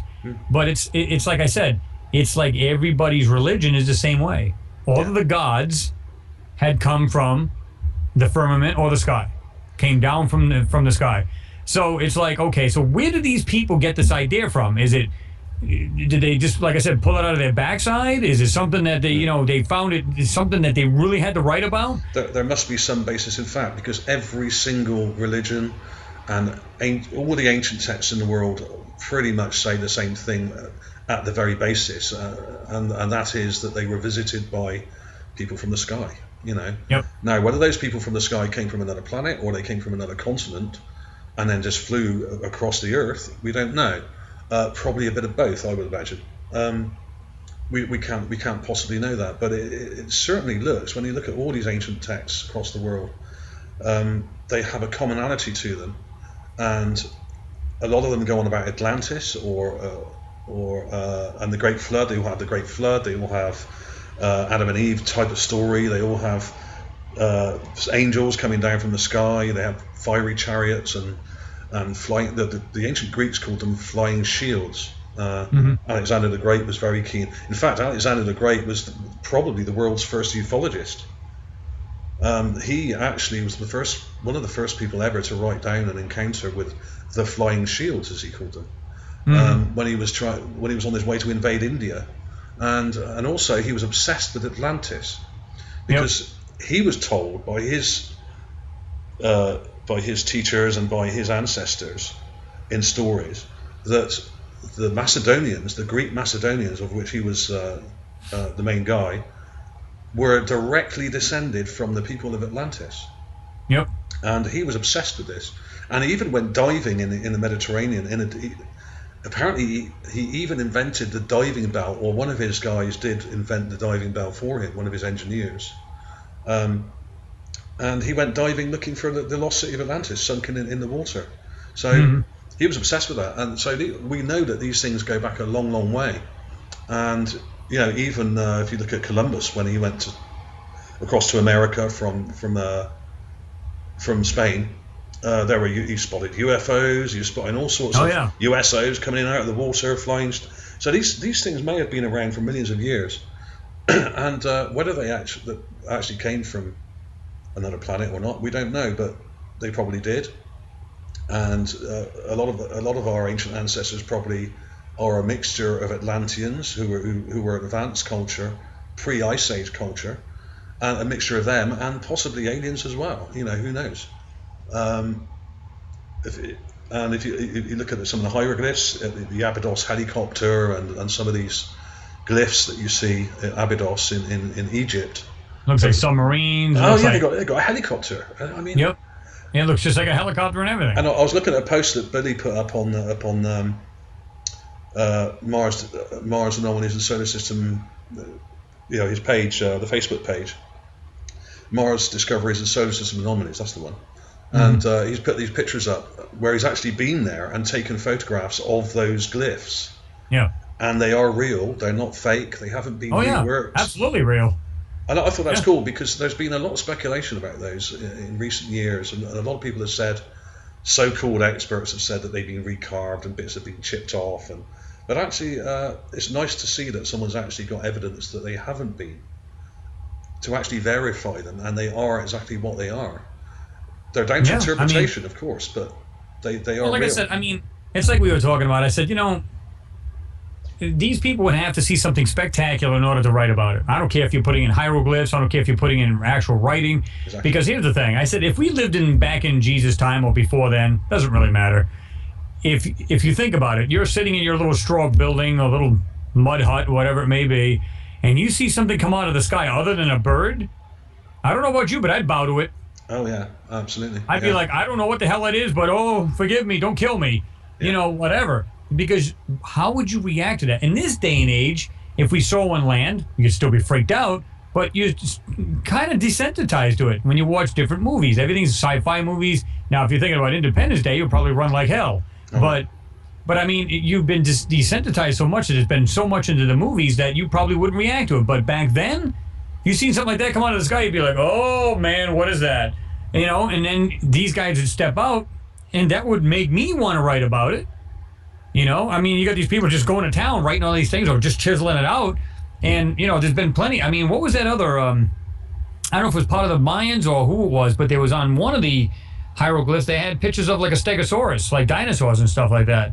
So that was kind of weird as hell. There is one, I think it's called a place called Angkor Wat, which I think is in the Far East. No, wasn't it Cambodia? Cambodia, that's it. You got it. That's the one then, okay. But a lot of people have said that it's actually, it looks like a dinosaur, like a stegosaur, like you said, with the big plates on the back, the sort of diamond-shaped plates. But some are so-called experts have said it's not. It's actually a different animal which happens to have something else behind it, which look like plates of a dinosaur. Maybe. Nice. Sweep it under the rug. There is actually there is a very, very rare type of rhino that lives in that part of the world, which is almost extinct now, the Sumatran rhino, and that has very angular plates all over it, and it looks like a dinosaur, but it doesn't have the diamond-shaped plates sticking up all along the back like a crest. Yep. Doesn't have that. It may well be. Now, I've also done some research into this. I've always been interested in a bit of cryptozoology. Not an expert in it, but I've always been interested in it and read a lot about it. And I did some research into dinosaurs a while back, and it turns out that a lot of the stuff we're told about dinosaurs is actually a little bit wrong. Now, I'm not saying they didn't all die out and there's loads of dinosaurs around. I'm not saying that. What I'm saying is, and a lot of research has proved this recently, that the dinosaurs didn't all die at once. No. Some of them went on for a lot longer. A lot of the smaller, more isolated species of herbivore, for instance, actually carried on living until only about 20,000 years ago. Now I'm talking. There's the giant sloth. That's not really a dinosaur. They may well still exist in South America, in the rainforest there. The giant sloth, which are enormous creatures. Mm-hmm. There are giant types of bear, which may still exist. There's the giant shark, which is the megalodon, which may also still exist. There are many, many types of creature which may still exist. And I was actually doing some research into the Loch Ness monster, and it turns out that actually that's probably nothing to do with the plesiosaur or anything like that. There's not enough food, for one thing, for a plesiosaur to actually survive there. But that probably is giant sturgeon. Now, giant sturgeon can grow to 25, 30 feet long. They're huge fish, and they've got armored plates on their back, much like a dinosaur, and at certain times of the year during the mating season, they jump out of the water, and at a certain angle, that they've got quite a long tail. It would look like a kind of plesiosaur from a distance, So that is probably what explains the Loch Ness monster. But I mean, I could go on about this sort of thing for hours, but basically, the basic premise is that not all dinosaurs died out conveniently in a few years. Yeah. Most of the larger species did seem to die out very rapidly because they couldn't get enough food to survive. But a lot of the smaller species and isolated species in various parts of the world may have carried on for many, many thousands of years, and perhaps even millions of years. Well, you got to remember, a lot of these small dinosaurs are like scavengers anyway, so they could eat off very little and live. Yeah. It's funny you mention that, because Peter and I were actually discussing that last night, and I said to him, what's really ironic is we're hitting every planet and every body out in the solar system, but we don't know what's in the deepest oceans. Exactly. How do we know that there's not, and we already know there are, because there's huge caves underwater that, and some of them are actually filled with water. They go on hundreds of miles, and some of them actually have air. In other words, you can go down very deep and come back up, and it's like it's got its own little it's like its own little world in there. Like Loch Ness. Loch Ness is supposed to have these underwater sumps as well. Yeah, they're basically huge underwater caverns that have air pockets in them. Yeah, so it's got its own rainforest kind of thing, or it's got its own little but it's almost like its own little world. I mean, it's got its own animals and everything else. So you don't know what's at the bottom of the ocean. You don't know if there's actually dinosaurs swimming around under there, like a plesiosaurus or anything of that sort. We don't know. And I'm not saying there are, because I don't know. But it just seems a little funny that we're all out there doing all of these things out in space, and yet we don't know what's at the at the very bottom of every ocean out there. I mean, look at they found some really insane things already. Look at the coelacanth. They thought that was extinct, and they found one about 20 years ago off the coast of Africa. And that was supposed to have died out millions and millions of years ago.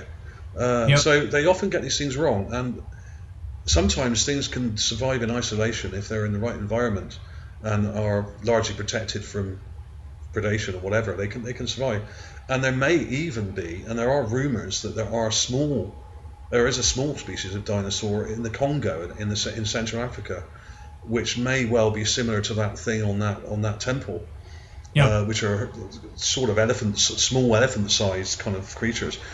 We don't know, because a lot of this area is still unsearched and unmapped, And as long as there's civil wars going on in these places, a lot of people just don't go there. So we don't know what's there. Anything could be there. Well, that's my thinking. But this is what I like. I like exploration of space because, and this is what's funny, because when people go, well, it's obvious if it's something you're seeing that looks like something we have, it's got to be a picture of Earth. And like I said 100 times, they're going, but it doesn't need to be. Yeah. And if these pictures are so fake, like you just uncovered whatever on what you had what looked like a city and some structures and stuff like that on Pluto, and then you jump onto Charon or Charon, depending on how you want to pronounce it, and you go, wait a minute. And I've said this in this video I just made. I said, if they're putting all of these so-called structures or whatever these things are on this picture of Charon, then why? Yeah. Why are they doing it? And if it isn't, if they're not putting it in there, then they're there, but they're trying to cover them. So that means, okay, how is it possible that it's fake? Is it? Do they have a motive?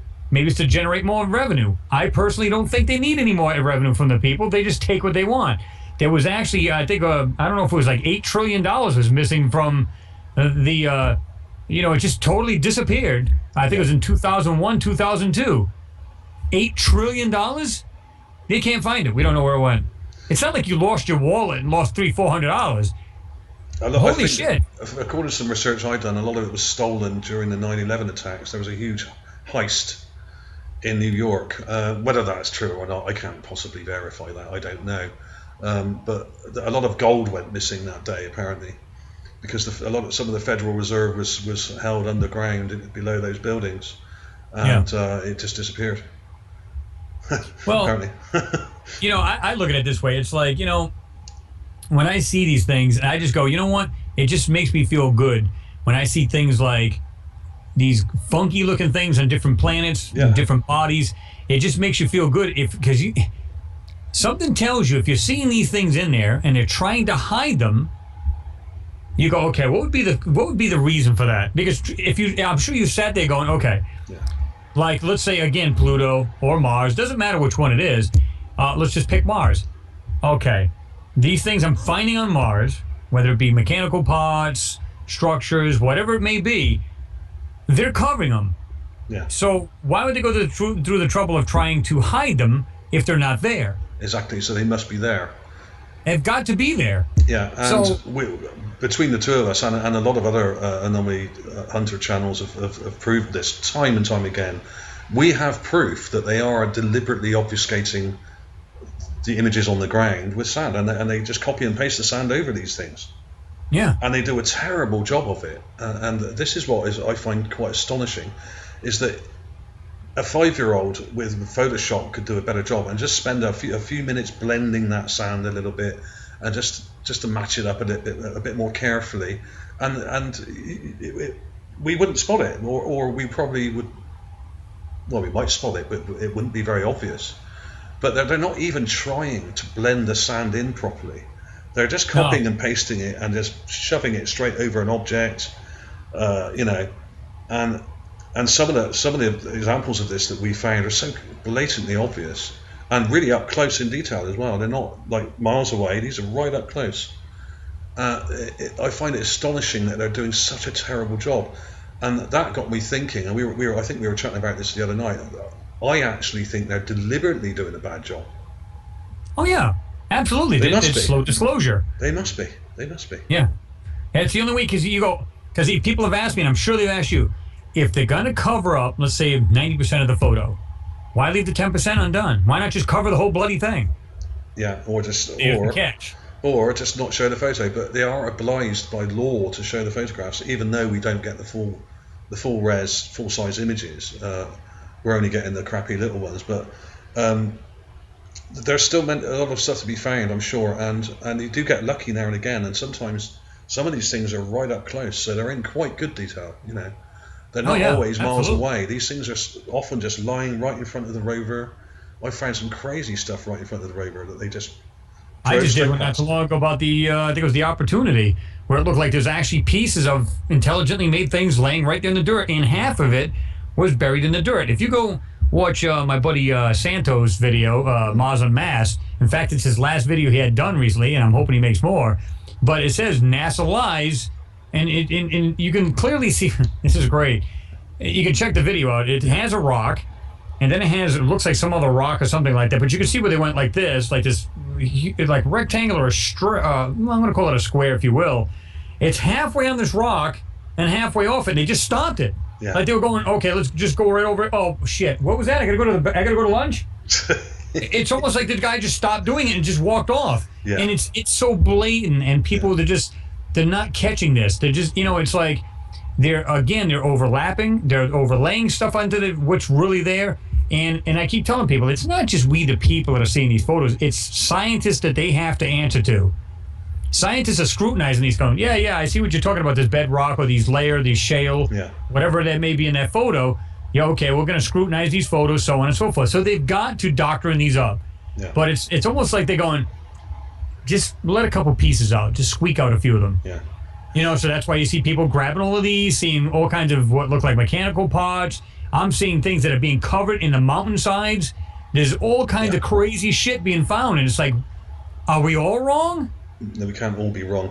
We can't all be wrong. I'm sure a lot of the things we found may just be rocks, but I'm also just as sure, if not even more sure, that a lot of the things we found are definitely not rocks, and they are certainly intelligently made objects and all manner of things, and even animal skulls and that kind of thing, and carvings and you name it. And what I think they're doing is, in a true Boy Scout fashion, they are leaving a trail. Yeah. If you ever in the Boy Scouts or in the Cub Scouts or whatever, and you go on a hike through the forest, and you say, right, we split into two teams, we're going to try and lose you, but one of us is going to leave a trail, and you're going to, that kind of thing. That's what they're doing. Boy Scout fashion, they are leaving a trail for us to follow. And they're leaving us little tidbits, and they're leaving these little rocks which are only half covered or half obfuscated, just to let us know that they know we're watching, and that they will probably leave something in there at some point that we're going to find. I mean, it's inevitable. And here's the thing. It's like, I tell people, look, if it is a slow disclosure, which I believe it is, then they're going to make a big screw up. I can almost promise you. But they're doing this. It's almost like they're saying, okay, what I want you to do is cover these things up, but what I wanted to do is make it obvious to the people who are scrutinizing, who really want to know. Yeah. And what they're doing is they're saying the people who are in the know are going to find these things just like that. Yeah. There's going to be no ifs, ands, or buts. You're going to find it with ease. You're going to go, holy shit, look at this damn, what looks like call it a transport, call it a structure, call it what you will.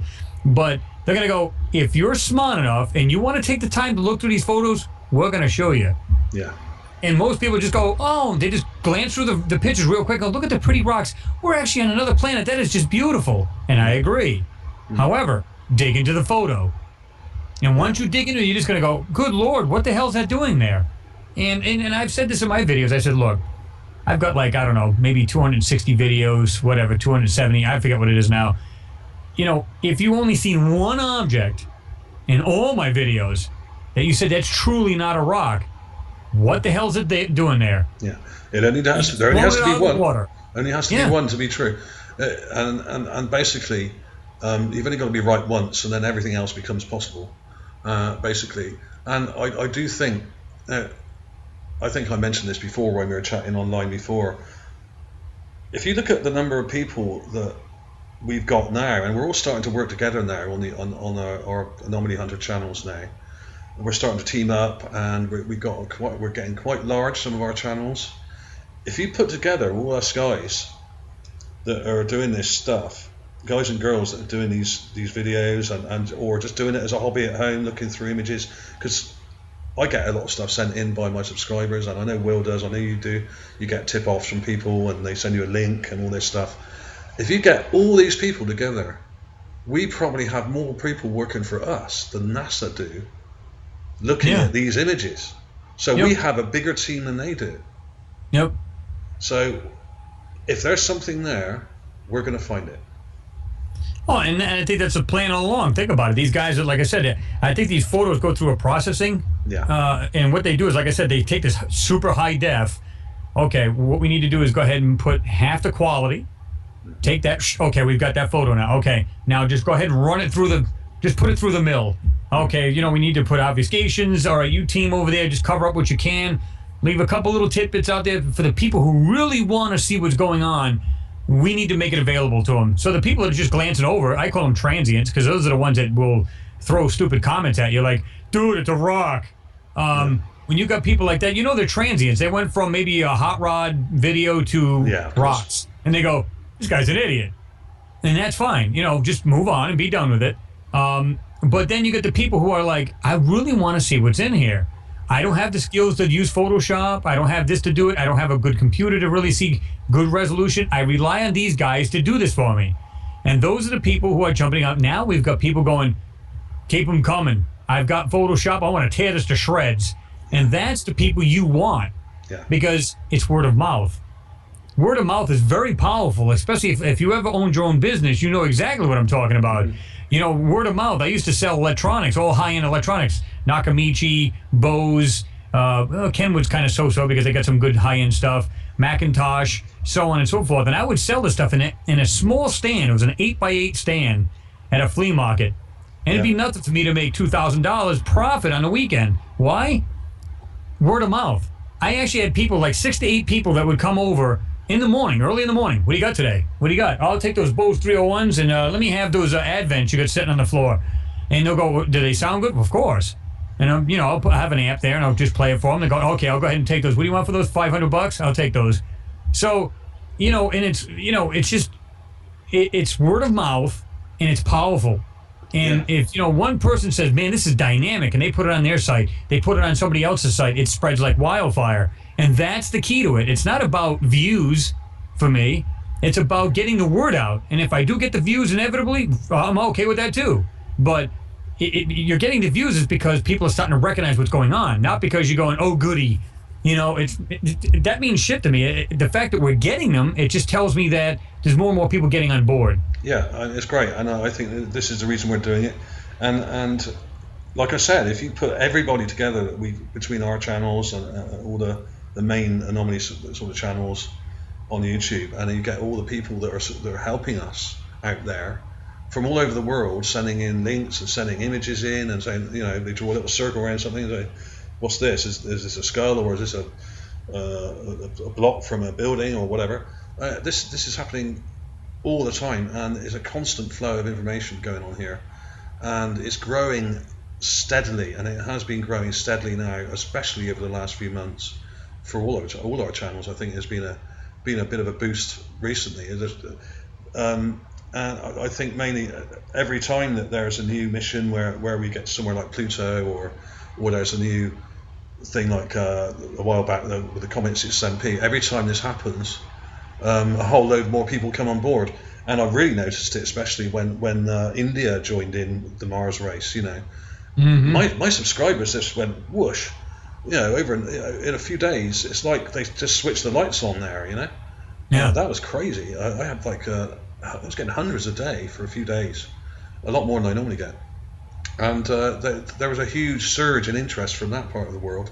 And now India are one of the, you know, if you look at the analytics on your channel, India now a major player when it comes to traffic, you know, internet traffic now, you know, major player. As well as South America and everywhere else, but they've really come on recently, you know. So it's great, and the more the better, and the more eyes we have on the ground, and the more people we have looking through these images, the better for everyone, because if there's something important there, we will find it. Absolutely. I mean, and that's the thing. It's like I was, you know, Billy was talking about doing a show and stuff like that, and I hope that works out, because here's the thing. I told Billy, it's not about the recognition. If we can get, like I said, just a guy that, let's say he's an astronomer, but he's like freelance. He just does his own thing. He's got his own decent-sized telescope, and all of a sudden he watches a show and goes, man, what a bunch of fruitcakes. But he sees something that you had seen in a photo, and he goes, man, that's too, I don't know, it's just too spectacular. Just let it go.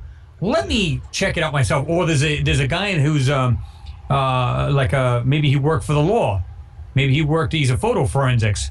Decides, hey, let me run that photo through and let me check it for myself. I mean, I'm talking about professional software. I'm not talking about some fly-by-night piece of shit you can get online here. I'm talking about the real deal stuff. And then looks it up and goes, man, what is going on here? So they decide to start talking because these guys have backing, or they got some kind of clout. Then, you know, they'll get recognized. This stuff will start to get out to the major stuff. I'm not talking about just regular TV shows. I'm talking about get to more scientists. Hey, guys, look what I found. What do you make of this? I've showed people pictures, and I go, wait, what do you think of that? And they go, oh, well, what is that? And they're looking and they're going, well, yeah, like that one I did about the, it looks like a railing, and it looks like cars had lined up and slammed into each other. Yeah. And I'm saying, I showed them two pictures. I went, well, there's one picture, and then here's another one 5 days later. They go, what the hell happened to it? I said, yeah, it's covered halfway up now. You can and hardly see an anomaly. And they're going, oh, wow, that's pretty cool, but... And I said, well, what do you think about the resolution of the picture? And, you know, I've taken it to a couple people that are good experts. Well, pretty decent anyway. And they go, well, it looks like shit. What was it taken with, a banana? I said, well, no. I mean, it's supposed to be a high-res picture. They're going, yeah, okay.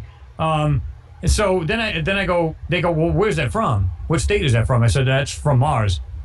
And they look at me like they just seen a ghost, or I've got 5 heads.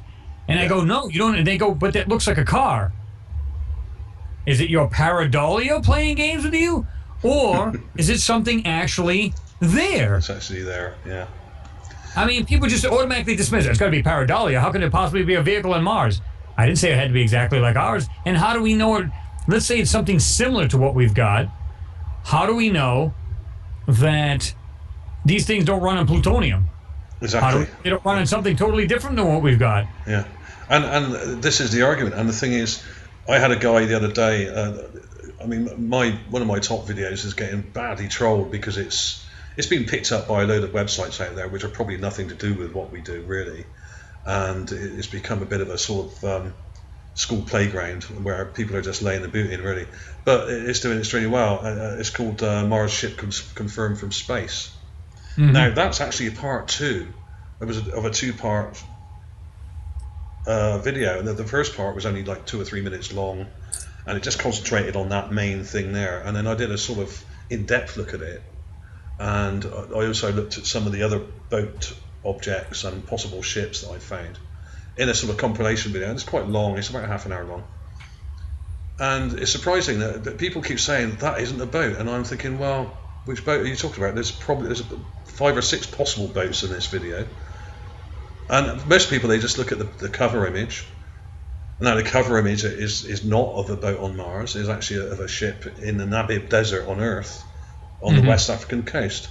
But the reason I use that image, because it clearly shows what we should be looking for on the surface.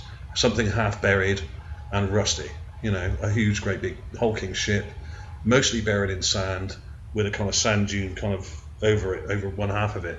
And it's just an example of what to look for. And it clearly says that in the video and in the description, but they don't seem to like that. I'm not faking anything. It clearly says so.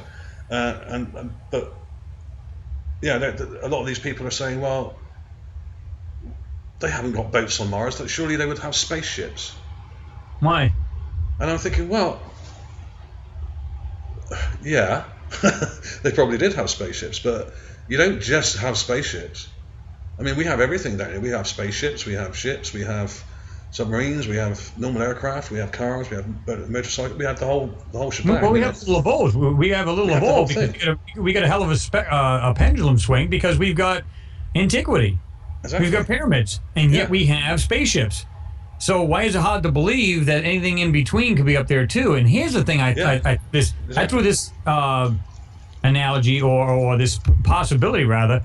Is it possible? Back when they first did the first flybys, they had good high-res pictures, considering for their time.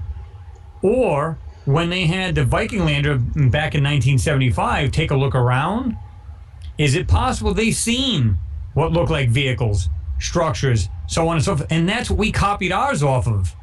But at the time, we didn't have the technology to build them. We do now.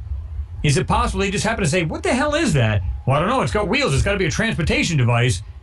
And how do we know we didn't get the ideas from them? How do we know when their atmosphere was being lost, it was instant frozen, everything just ceased to exist, everything just stopped? So, you know, you think about it, you go, okay, so is it possible we got our structural shapes and stuff like that, or shapes of vehicles from them? Of course, it's all speculation, but you know what I'm saying. Is it a possibility? Why not? An engineering solution on Earth would not be much different on Mars. It was a lot more like Earth a long time ago, and if they had water, which they did, liquid water all over the place, then they must have had boats. I mean, they wouldn't have swam. Sure. They wouldn't have swam across Gale Crater. I mean, it's 93 kilometers. You know, they must have had boats. No, it's just They're Olympic swimmers. Yeah, 93 kilometers. Oh, yeah, we just swim across. Yeah, okay. They must have had all of these things. You said we do the side stroke. I mean, you know, I look at it this way, and you're right. I mean, if and people go, I think one guy said a while back, he said, "Oh, cars on Mars. Oh my God, what an idiot." Well, wait a minute. You're okay with mechanical parts. You're okay with electronic parts. You're okay with my videos, structures. So these people went by camel or horseback. Mm-hmm. Are you seriously kidding me? How do they get this stuff around? How do they manufacture it? They had to have something. I mean, is it possible they had something like a glider like they had in Star Wars? I mean, who the hell knows what they had? But the thing is, what I'm seeing in some of these photos, and I'm not the only one who've seen this stuff. Other people said what that looks like vehicles or some kind of weird, funky vehicle. When I say vehicle, that means anything that can transport people. Yeah. It doesn't have to literally be a car, you know, but people just jump on that, you know, they just automatically jump to conclusions. And, But I have seen things that look like automobiles. Yeah. And it's like, okay, is it possible, let's say you're driving down the freeway and you see like that explosion that happened in Russia with that meteor that came down. Yeah. You know, you're sitting, oh my God, what is that? Bang! And you slam into the car in front of you. How is that? That's not like it's far-fetched. I've seen people slam into a car in front of somebody because they were looking at a girl walking down the sidewalk. How is that hard to believe? So, or something happened to that planet. It was insanely, or maybe that a catastrophic event happened then. Yeah. And everything all the cars just piled into each other, and everybody just died right there in the spot. Well, meaning from whatever the fallout or whatever the hell it might have been. If there was a cataclysm there, now whether it was natural or whether this was a nuclear war, like has been suggested, like we touched on earlier, we don't know.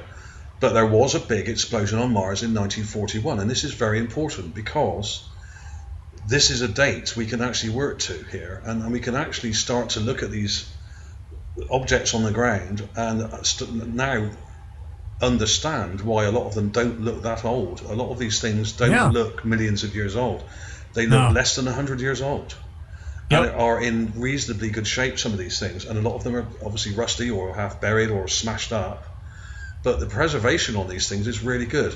Now, if you take into account that there's supposedly almost no oxygen on the planet, and there's not supposed to be much water up there, and it's very dry, especially in this area of Gale Crater.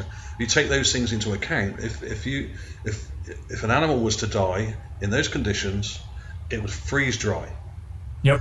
Now, we have animals on Earth that are freeze-dried in Antarctica, which are over 6,500 years old, some of them possibly over 10,000 years old. We were still in caves when these things were alive. Yeah. We were still... I mean, you think about it. We were Stone Age. There's baby mammoths that were freeze-dried. They were just completely frozen. Yeah, now, blast frozen. So, literally. I mean, so is it possible... And I agree with you. I mean, we talked about this in length as far as like if there was some kind of catastrophic event, and we don't think it was all that long either. Not judging by, they're saying that the atmosphere is escaping. This is what I don't get. How long is it escaping for? Yeah. And so you're telling me it's taking its sweet time to just go out into space? I don't believe that. If something ripped that atmosphere out, you would have figured it ripped it out. To the point where there's just none of it left, period. I think there's still an atmosphere there. I think they're full of crap. Yeah. I think they're seeing something spectacular on that planet. Yeah. I don't believe everything's completely wrecked. From the photos I've seen, there's things that are beautifully standing there. And then there's areas where it's been wrecked. It's been totally annihilated. So I think they're seeing things that are unbelievable. And they're just going, this is insane. This is the reason why you just like sometimes you don't hear nothing. I think it was like, what was it from,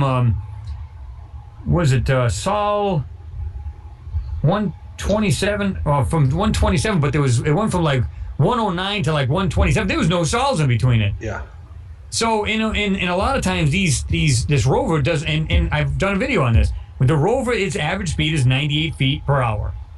It can do 300 feet per hour. But it rarely does that. Yeah.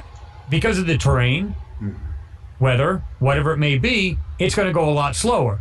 So what you see in these pictures, like, I talked about, in the background in this mount shop, I'm going, you know what, people, they claim, well, the sols, they're going, well, you don't understand. These are like, what's his name, Nev T, when he had done these panoramas and gigapans, you can see, he goes, well, you don't understand. There's many, many sols in there, so what you're seeing is not real because I've put them together. No, they are real because if you got one section, and this particular item happens to fall into those sols, picture a mountain, which I don't know how they could possibly do this, 6.2 miles away, which it's not anymore. I believe it's like a mile away. But let's say a mountain, you can picture, I've got one out here, it's maybe quarter mile tops as a crow flies. Now, if you were to look at this mountain and you're blasting along the freeway doing 60, 70 miles an hour, everything on the side of you is going shoo, shoo, shoo, shoo, shoo. Look at that mountain, though. It's barely going by. Yeah, of course. Now, picture you only doing 98 feet per hour. Now, you can go by 30 sols, and guess what? That background's not going to change all that much. No, it hasn't. It's barely moved. And in it's fact, all relativity. Yeah, and it's the fact that the rover has backtracked a few times and gone back over certain areas. Yes. And it's really not moved very far at all from its actual landing spot. And if you check out the overhead maps of the area, you can see where it's backtracked and kind of gone back round and come back this way and gone back that way. And it's basically just tic-tacking around, and it barely moves, and sometimes it doesn't move for weeks or weeks. Maybe only a few feet. Hell, it's been 3 months it hasn't moved. The only thing it had done was it pivoted. and just pivot back and forth, just take, showing like samples. But this time we've actually looked at it. We're going, dude, this thing has not moved in 3 friggin' months. Yeah, and it gets quite frustrating, and that's when I go on to do moon videos and stuff like that, because you can't wait around forever.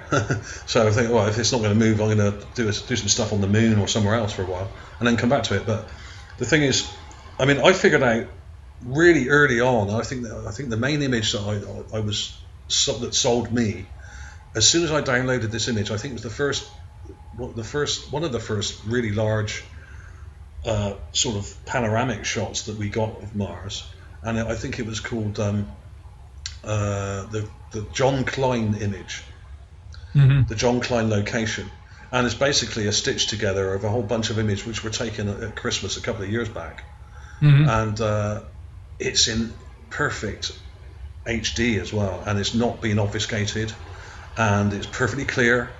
And it's been white balanced as well, so the colours are kind of bluey and grey, lots of blues and greys in there. So the colour may be a bit off, but actually it's a really sharp image. And that's obviously made up of lots of individual images put together, but it's really high quality, and this was the first really high quality image we got, really. And I found loads of stuff in that, and I spent months looking at that image. And that's what really got me into this. And then I thought, I've got to have to make a video about this, because there's just so much to see in this image. Fossils and objects. All kinds of crazy things, There was one particular rock right in the middle of this image, which is about 1 meter across, a few feet across maybe a little bit smaller. And it's kind of a squarish colour, shape, I mean. And all these rocks are quite dark blue. And this rock has got multiple fossils in it. Now, what it looks like mud, which has got a large amount of volcanic or ash in it. Now, this may be fallout ash, I don't know. It's either from a massive volcano like Olympus Mons going off, and all the ash settled into the water and formed a sedimentary layer, which then, when the water dried out, this mud was left behind and then solidified into rock. It's either from the volcanic ash, or it's from a massive explosion. And what I think happened, and I figured this out a couple of years ago, is that if Mars was covered in water, and lots of it was, if there was a massive explosion there would have been a tsunami, okay? And that tsunami would have washed a lot of this stuff into Gale Crater. Yep. And this is why we're finding so much stuff in Gale Crater, because it would have been washed in there, because it was the lowest point. And it's something like 4.5 kilometers down below the surface of Mars. So this would explain why we're seeing so many vastly varied and crazy things in one place, because you've got dead animals, you've got skulls, you've got buildings, you've got what look like boats, and even bits of aircraft and all sorts of stuff there. So if there was anything up higher surrounding that crater, it would have got washed in. And it looks like tsunami debris to me, where you've got a whole jumbled up load of crap with a whole piles of mud and sand all kind of jumbled up together, and some of it's all kind of stuck in big lumps, where you have bits sticking out, bits of metal and bits of what look like mechanical objects that are all broken up and kind of twisted, and I think a lot of what we're seeing is tsunami debris, where it's dried out and solidified and become dust covered over the years. But I do think it was probably fairly recent. I think it was less than 100 years ago, and I think 1941 is a very good starting point to work from. I think it's, to be honest with you, I think it's spot on. Yeah, come on. Yeah. You go, okay, 41, let's just round it off to 40 for the hell of it. Okay, that's 60 years, 75 years ago. Yeah, 74, 75 years ago. And looking at the level of preservation on some of the skulls and other things that I found, it all fits that scenario. I'm sure a lot of the things are much, much older and may have just been there anyway. But yeah. I think a lot of the things were washed into that crater from above, and that's why we're seeing so many different things in the area. And this is why it's very difficult to work out what you're looking at, because really the only thing you can do is not rule anything out, because in that scenario you could come across almost anything. It could be a dead alien. It could be a dead animal. It could be a car. It could be a airplane. It could be anything. A ship or a boat or whatever. Buildings, towers. It could have all been blown to pieces and washed into this area, and we're just seeing fragments of all this stuff all over the ground. And I came to that conclusion almost immediately when I started looking at these images, and I came to a sort of theory based on that. And this particular rock, like I was saying, has got multiple fossils in it. Some of them look like fossilized primitive sea creatures, like crustaceans, a bit like lobsters.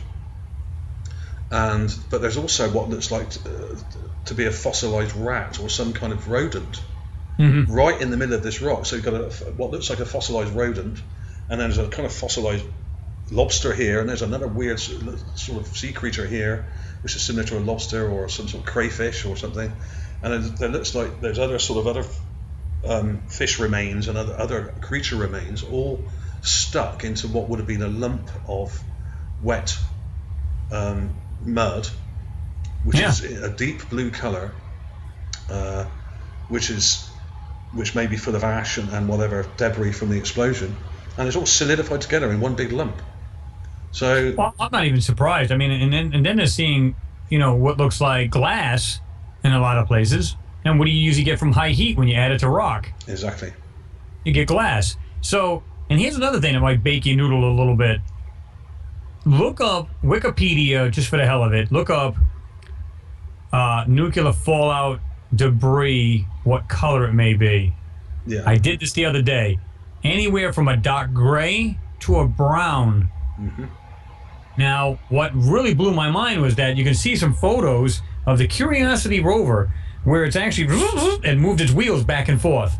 And what it did was it dug up it got rid of the top layer of this dust, perhaps, and then you're seeing a lot more color, like different colors of the dirt underneath it. Yeah. So it's like there is a dust. So is it possible that's where they're at? They're actually at a nuclear hit or an area that was totally devastated, and that's where they're at. And then they've got the other rover still roving around, Opportunity, looking at different things. I've seen some crazy things in these photos from Opportunity, absolutely bizarre. It looked like a frame of a building. It looked like, and I even described it, looked like some cars at a gas pump, like you got the overhead roof type thing, and it looked like just a frame of that was left and the whole roof is gone. Yeah. So it's almost like you think, well, what happens in a nuclear explosion? Total devastation. From it and just wipes everything out. I don't know. I mean, of course, that's all speculation too. But you put together 1941. Okay, you got this dust. How do we know that this? Well, it's like a brownish reddish dust. How do we know it's the way it didn't react to its Mars atmosphere, and it's got a different color as opposed to a brown as opposed to slightly red? I mean, no one's seen this devastation in these parts and everything else. How do we know? I think it fits, and I think everything fits together like a puzzle, to be honest with you. Yeah. I've been doing a lot of research on this lately, and I'm going, it just makes sense. Yeah. And especially the fact that explosion was spotted by Clyde Tombaugh, the guy that discovered Pluto, to me gives it a lot of credence, because this is you don't get anyone better than that to witness something. This guy was the top guy for many years down here. He was considered the most prolific astronomer who ever lived. And the fact that it was him that saw it, then I'm going with him on this. If he says he saw it, I believe him. Well, yeah, because the guy wasn't some clown. He was. So I mean, the guy knew his stuff. He was an astronomer. The guy had some serious credentials. Absolutely. So who are you going to believe? Yeah, I'm going with him on this. And the thing is, now whether this explosion was natural or it was actually a nuclear blast, or there was two nuclear blasts, we don't really know yet. And this guy John Brandenburg swears that and he's actually a nuclear physicist, this guy, and he says that the radioactive elements that have been measured in the atmosphere are from radioactive fallout from an actual atomic explosion. Now, who knows? Maybe these things can happen naturally. We don't, some scientists are suggesting that they can happen naturally. I don't really see how that can happen, but maybe so. But we should not rule it out. And when there are lots of pieces of evidence which are now coming together. We're starting to get a real picture now of what actually happened up there, or possibly happened up there, and when it happened. Now we have a date, now we have a scenario, and everything can be worked out either from that or leading up to it. Yeah, you get a timeline, Yeah. you get the circumstances around it, and next thing you know, you go, man, and it's actually will freak you out if you really think about it. You go, okay, if I was in Clyde's, if I was in his shoes and I'm watching this at the same time, I'm going, what the hell just did that? Yeah. And like you said, it could be natural. I don't see how let's say it was volcanic. Now you can spew a ton of ash into the atmosphere, but explosion where you can see, unless it was at night, maybe perhaps he's seen this huge explosion. That's a possibility. I don't remember when he said he's seen it. It would have to have been at night. Yeah. Well, not really, but it would for him. It'd have to be. Yeah, it was. So, is it possible as that? But then when you start to see, like you said, when they talked about how there's two large areas that have what looks like radiation fallout, and then you go, okay, then I'm seeing these things that I'm seeing laying around the grounds and everything. Wow. You put the thing together like a giant puzzle, and you just go. Now, you can't be sure, of course. You can only speculate. But there's a lot of things that go together, and you just go, damn. Yeah. I mean, the evidence is starting to fit together. And it is very much like doing a crime scene investigation here, really. Or doing a jigsaw puzzle without knowing or having a picture to work from. And with a lot of pieces missing. That's what it's like. But if you get this is why it's important to get as many people out there involved, because the more people we have, the more likely we are to get all the other, or at least more pieces of the puzzle to fit together. Absolutely. And this is why lots of eyes on the ground are important, really important. Yeah.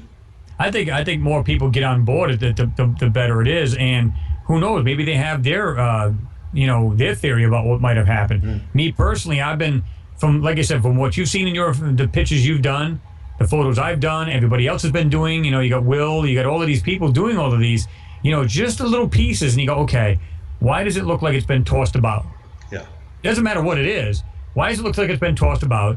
We're looking at the dust, and like I said, just look at some of these rover pictures, the color ones, and you can literally see where they've turned the whole rover, and because the wheels went zzz, zzz, zzz, they moved around, all of a sudden you can see like all different colors of rock and everything else, and it's a circle where the wheel was, and then the rest of it is all this reddish, kind of brownish sand, or this dust that had fallen over. You go, a lot of it's blue. A lot of it's blue, and it looks to me like a layer of ash. Yeah. Yep. That's what it looks like. And when you see, this is fairly obvious in lots of the images. And like you said, when the wheels of the rover disturb the ground, you can see it. And if you look at what a very good place to look would be some of the very first images that were taken of the surface when they actually sky craned the rover down. There's a blast zone, and it's all blue and sort of a grey blue underneath. Yeah. And you can see this in the high-rise images. You can see it on the ground, and basically, obviously, when it landed, the rockets on the crane itself, the sky crane actually blew all this dust away. And there's all this blue and really deep coloured stuff underneath, So basically we have this layer of about, say, a centimetre of this brown dust over everything, this orangey brown dust, although it's not quite as orange as we're led to believe. And under it, there's all this blue, deep blue stuff underneath. And if you look at the high-rise images of around the bottom of Mount Sharp, where the river and lake bed is, it's a deep blue colour. And I think a lot of this is volcanic, either volcanic ash or fallout ash from a nuclear winter. Yep. That's what it looks like. Yeah, I concur. I mean, I'm seeing, like I said, there's just too many pieces that fit to that to just pass it off like it's no big deal. I don't know. And like you said, and the biggest thing I think is, because people go, well, if there was no life, or like the scientists tell us, that there hasn't been any life, it could have been, well, they're not even saying, they might be saying like organic life, because it was a lot like Earth, then why couldn't it have humanoids or people like us? And the thing is, it's like, okay, if you go back and you go, if it's, we were talking about the timeline as far as these things still remaining on the planet. They would be dust if they were millions of years old, and we know they're not. There's no way. Yeah. This stuff can't be a million years old. It's laying all over the ground. I'll guarantee it's probably around 70, 75 years ago. Yeah. Everything would still be there. Exactly. There is an actual, I can't remember what it is now, but archaeologists have this scale they use to work out how much cosmic dust lands on the Earth. So they can work out by digging down how far back something is just by the depth of the soil. Yep. Now, of course, you'd be able to do that on Mars as well, and it should be roughly the same as here, because the same amount of cosmic dust is going to be landing there, so that the soil or dust on the ground is going to get thicker over the years. You can measure this. Yeah.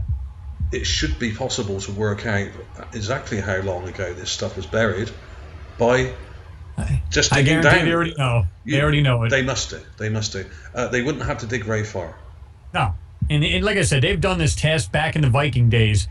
You know, they just took a couple of scoops, put it in there, just wanted, maybe it was probably a crude laboratory on it. Yeah. But nonetheless, they probably said, okay, let's just at least get to know these. Was there carbon?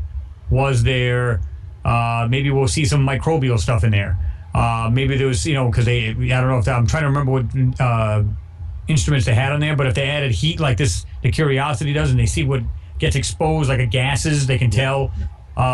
So if that's the case, if they did this back then, they just wanted to know, because think about it, what would you have this thing test? Anything that would give off or show signs of life. Methane. Carbon. Anything, methane, anything of that sort. Is it in the soil? Yes, it is. Okay, that's all we need to know. Now, the next step is get your ass there. Yeah. And I think that's what they've done. Yeah. I think they know exactly how long the stuff's there. They know exactly what's there. Of course they do. And that's the reason why they're there. They're literally picking through the stuff that's laying there, the stuff that's not destroyed, the stuff that is destroyed. They're just looking it over. It's like you go into a bombed out area and just like scavenge for stuff, like picking up stuff. Ooh, what's under here? It's almost like that's what they're doing. They're just running through these areas, looking at this junk. Yeah. We talked about the other guys that we had talked about the wheels on it. In fact, I think we touched on it the other day. Yeah. It's you can tell it's not rocks going through these wheels. There's one area that looks like it's like a rectangular ripped up area. Like something like a beam or something's going through it, as opposed to a simple rock. I don't buy that. And my theory is, and we were chatting about this the other day online, that it's a small possibility that the rover may have driven over an anti-personnel mine.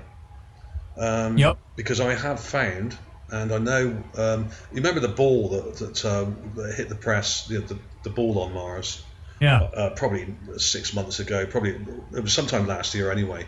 Probably more than 6 months ago now. Now I know you did a video on that. I did one, and Will did one, and we all came to a similar conclusion that it's not just a round ball. It's actually got structure to it. And now Will said it looked like a cannonball, and I thought, wow, it does a bit actually. So I got the image and I sharpened it up and I did. Enhanced it, and it looks like it's got a fuse on it. So it's actually a round ball with what looks like a fuse screwed in the top. It looks like an actual shell, a round shell. And I have found another one which actually looks like a hand grenade with a pin coming out of it, lying in the dirt, which is similar size to that one, very similar. And I wonder whether, if there was a war up there in the past, or if for all we know, there could have been a building somewhere in Gale Crater or above Gale Crater full of munitions, and when they got hit, that whole building and all the stuff inside it could have been just blown all over the place. So we're seeing things lying on the ground like ammunition.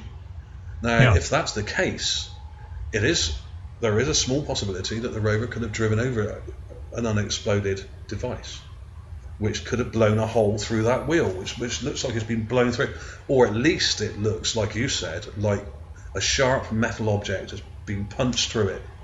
Oh yeah, it's not just holes. Yeah, these are being it's not punched just through. simple holes. Yeah. It looks like it literally went over something. Now keep in mind, this thing's supposed to be, I think, just shy of a ton. Yeah. Or a hair over a ton. I forget which one it was. Is either side of it. Now you picture, even if you were to divide that by 6. because you've got a weight of all 6 wheels. If you were to divide that, you go, okay. And also, still, take into account the lower gravity, of course. Right. So you go, half okay, that again. So let's suppose, for argument's sake, it's only a couple hundred pounds on each wheel, just for argument's sake. You know, you got 2, 4, 6, you know, blah blah blah. Let's say it's got 300 pounds or whatever on each wheel, just for a hypothetical. Okay, something's sharp and that thing running over, it's going to rip that wheel. It's not very thick. I forgot how thin that aluminum actually is. It's not very thick. I think it's probably about half an inch or. Well, I don't even think it's even that. It's not even that. No. I think it was like a 16th or an 1/8. Yeah, it's quite thin. But the thing is, if you take into account the spread of the load on the different wheels, and also you've got to take off more than half the weight because it's a smaller planet. Yeah. So effectively, the rover doesn't weigh a ton; it weighs less than half a ton in that environment. If we go by what they're telling us, that is. Yes, according we don't know if it's more or less or the same. What they're telling, we don't know if that's true at all. Supposedly, it should weigh a lot less on the surface of Mars. It should hypothetically, if you go by the gravity. Yes. Now, if they're full of crap and it's a lot like Earth, well, then it weighs close to a ton. Yeah, but either way, those wheels do not look like they just run over some rock. No, there's no way. They run over something sharp or something that has exploded something sharp through them. Yeah. Either way. Something's punctured those wheels, and it's not a simple rock, because you would think it would just make a dent and then it'd be a hole. Yeah. You know, even if it's a very sharp rock, as soon as that wheel goes over this, it's going to puncture, it's going to go right through it. This looks like it went like this, like there's something laying this and it went over it and it punctured the wheel that way, just kind of stuck up through it. So I don't know. I mean, It's just bizarre, and I still don't understand if the Opportunity's wheels are still together to this day, 11, 12 years later. How is it that this thing's up there for a couple of years and the tires are getting? The wheels are getting shredded. It's because there's a lot more junk. I think it's the matter the type of junk we're seeing. It all kind of adds up. If there are sharp metal objects on the ground, and there are, because we found them, then that would explain it. Yeah. Well, here's the thing too: is it possible, because Opportunity's maybe quarter to half the size of that Curiosity, that they're not sending it into these big things, into these big areas, because they know darn well it's going to get stuck. It only has wheels so big. Yeah, it doesn't have the power to get out of it. They're a lot more delicate with that thing, aren't they? Because it's a lot smaller. Yeah. Right. So it's not getting stuck, and they probably went, okay, we're looking at it from the orbiters. We know exactly what it's at. Oh, this looks to appear to have less junk on the ground. Seems to be softer sand. We'll put the Opportunity there.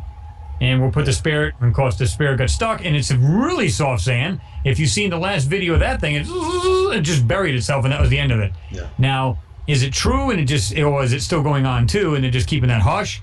Or if it's the real deal, it definitely got stuck in the sand, and that's the end of it. And it was like beach sand, for crying out loud. It was softer than beach sand, and it just buried itself. You couldn't even see the front wheel; it just literally buried it. So I'm going, okay. The rover that's going to be on the next one we send is going to be in this area. We're going to make it a lot bigger. Bigger wheels can go through softer sand. Yeah. It can go through bigger rocks or different size debris. It's got a much more advanced suspension system and in many ways. But the wheels. I mean, whoever designed those wheels needs a clip around the ear, I think. I think they need a new job, like working at McDonald's or something, because I don't understand it. I'm saying, okay, I get for weight reasons, to send it to Mars and everything. I get that, but they could have made that a little thicker. Yeah. And don't get me wrong. I tell people, look, even if that wheel was to shred, because people are going, oh, here it comes. The wheel's going to fall off, and it's going to be the end of it. It could still go. It has from the hub. It's got the actual spring steel coming out, going into that ring inside the wheel itself. So even if that wheel just literally fell off, it would still have a ring. Yeah. So in other words, it can still support the weight pretty much to some degree. Yeah. It's not just going to just stop and quit. It's not going to do that. Yeah. It is a well-designed piece of kit, and it is designed to run on 3 or 4 wheels if necessary. Yeah. So. Well, I mean, the way the thing's built, I mean, it's pretty brilliant the way they put this thing together, and I still maintain that, and I'll bet my life on it that, like I said, they put airs on it too. It's not just eyes. Yeah. They put airs on it. Just like I think they did the same thing to that what do you call it? The rover. The lander, the Viking lander years ago. I think they put eyes and ears on it too. Yeah. I don't know why anybody in their right mind would say, "Hey, put a camera on there. That's fantastic, but don't put anything that's got to do with sound because we don't need to hear that." I just don't believe that. I want to believe that wholeheartedly, and I bet my life on it that they put a listening device on there too. Yeah, they must have done. And the thing is, I think you were saying something about this the other day. It makes absolutely perfect sense that if you've got that much technology invested into this thing, that you would have tested it somewhere, like in Devon Island, for instance. We were talking about Devon Island, and there's a particular episode, I think it's Rich Planet TV, that everyone's pretty much seen on YouTube now. I think it's about 50 The first thing that comes to my mind, the first word that comes to mind, dipshits. That's the first thing that comes to my mind. And they're saying that the rover can't be on Mars because it's too cold and all this crap. Yeah, blah, blah. Yeah. Right. You know, I've watched these guys and I couldn't stomach them for about 20 minutes. I watched them, and he's going on about saying, well, you know, there's no possible way the Curiosity because, you know, they right off the bat. This is what caught me right off the bat. He goes, he went from talking about opportunity to curiosity, and in the same breath he said, well, there's just no way, because if you look at the way batteries are built, there's just no way that they could function at such a cold temperature. First of all, it doesn't get as cold as they think it does. That's first and foremost. Yep. But secondly, Curiosity has no batteries. It's radioisotope. It's not a battery. Now the Opportunity has a battery. It's rechargeable. The only thing I do agree that unless it's a cutting edge battery, how is it possible it can charge and discharge for 11, 12 years? That's the only thing I have a question about that they might be getting around. But as far as that body of that Curiosity is going to fall apart, the redundant motherboard is going to take a shit before that radioisotope takes a dump. And, you know, when it does, like I said, tell everybody, sophisticated equipment. This thing has heating ducts. It has heat exchanges, and the most important part of that rover itself, it can cool itself. It can heat itself. It's not. Then they put this thing together. They thought about everything. Okay, I'm too cold. We'll have it heat up. Gets too hot. We'll have it cool down. These guys are brilliant people. They're not just going to put a pile of shit together and just say, hey, let's just see if it makes it. No, They had. I mean, this thing can drive autonomously. It sends information back through 2 or 3 transmitters, transceivers. It's one of the smartest things that we've ever put together. Why would they put a subpar camera on it? Yeah. Why would they not put ears on it? But yet they put a microphone on Maven. How does that make sense? So, well, wait a minute. We're gonna have it fly around. We're going to have it come into the closest orbit we can possibly have. We're going to have it come into the upper atmosphere, and we're going to have a microphone on it. Wait a minute. I'm not an engineer, sound engineer, but let me tell you something. If I'm going 75 miles an hour and I stuck a microphone out the window, I promise you're going to hear nothing but air noise. I don't care how you muffle a if you put a what do they call that, pop screen on the thing, put whatever the hell you want on it. It's not going to work. Yeah. It's just simply not going to work. They had, in fact, I was watching a guy, I like watching racing videos periodically, and the guy it was on his supercharged Corvette. He had a camera, which in turn also has a microphone on it, and you can hear, and you can hear him pulling away from this. He was racing a guy with a Hayabusa motorcycle, and he was pulling away from him, and the noise was ungodly. You can hear wind noise. Then you can hear the exhaust first of all because he's accelerating, and then you can hear just the wind noise. It's too much. Now picture that Maven going through the atmosphere. How fast do you think that thing's going? But yet they're going to pick up sounds with that thing. I just don't understand the logic. That's why I'm saying there's no way that these guys didn't think of this thing years ago. Yeah. And say, or just a couple of years back, 2012, or before they put it together, put yourself some ears on it. And like I said, as far as data or anything like that coming from the actual video, because it takes video, we never see it, or even just the photos. I think sound bites actually take up less data than an actual good picture does. So yeah, that's quite right. So now if you go like this, okay, just turn it on. Let's have a 5-second bite out of it. Let's see what it sounds like. You can hear. You can hear birds or wind noise. Maybe there's a twister going by, like one of those little dirt devils or whatever. You know they're hearing these sounds. You know they are. And for them to say, no, we don't have like nothing like that. Now, they said in the one in 2020 supposed to. Yeah. The year 2020, they're going to send the next rover. It's going to be identical to the Curiosity, only have a couple different instruments. And I'm thinking... A DNA testing kit as well. It will have. Yeah. If there's nothing up there but rocks, why are they putting a DNA testing kit on the next rover? Well, yeah, because they want to test the rocks in case maybe one of the rocks is pregnant. I mean, come on, it's just so bizarre. You just think of these things, and I'm putting it in a funny way. I am. I mean, but it just sounds so. It just sounds like some dipshit would come out with that if it's nothing more than rocks on there. Yeah. Well, we need to take more samples because we're next to that, the ancient lake bed. So we want to really test this. And the thing is, I touched on this in one of my videos I did a while back. I did a sort of, I think I did it about 6 months ago. I can't remember the name of the video now, but I was looking at, there's a lot of these private companies, they're actually designing stuff to be taken to Mars because obviously we're going to be colonizing Mars in 15 or 20 years time or whatever, not that long away. It could be even sooner. And some people say we might even have military people up there already, which I think could be true. But if you look at some of the designs of some of the buildings that they're coming up with to go on Mars for habitat on Mars, these things look like something off Jurassic Park with huge, great walls, electrified walls, like a moat, like a big kind of armored steel wall around the outside with towers and guns and crazy stuff. It's like, now if there's nothing to be scared of on Mars, why are they building these things that look like something off Jurassic Park? To keep something out? To keep dinosaurs off. Yeah. It's like, hang on a minute. What the hell's all that about?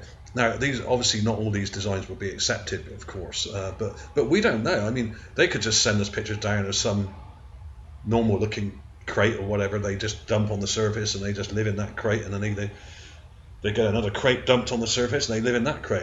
These different modules, as they call them. But if you look at some of the designs that they come up with in recent months and years for some of the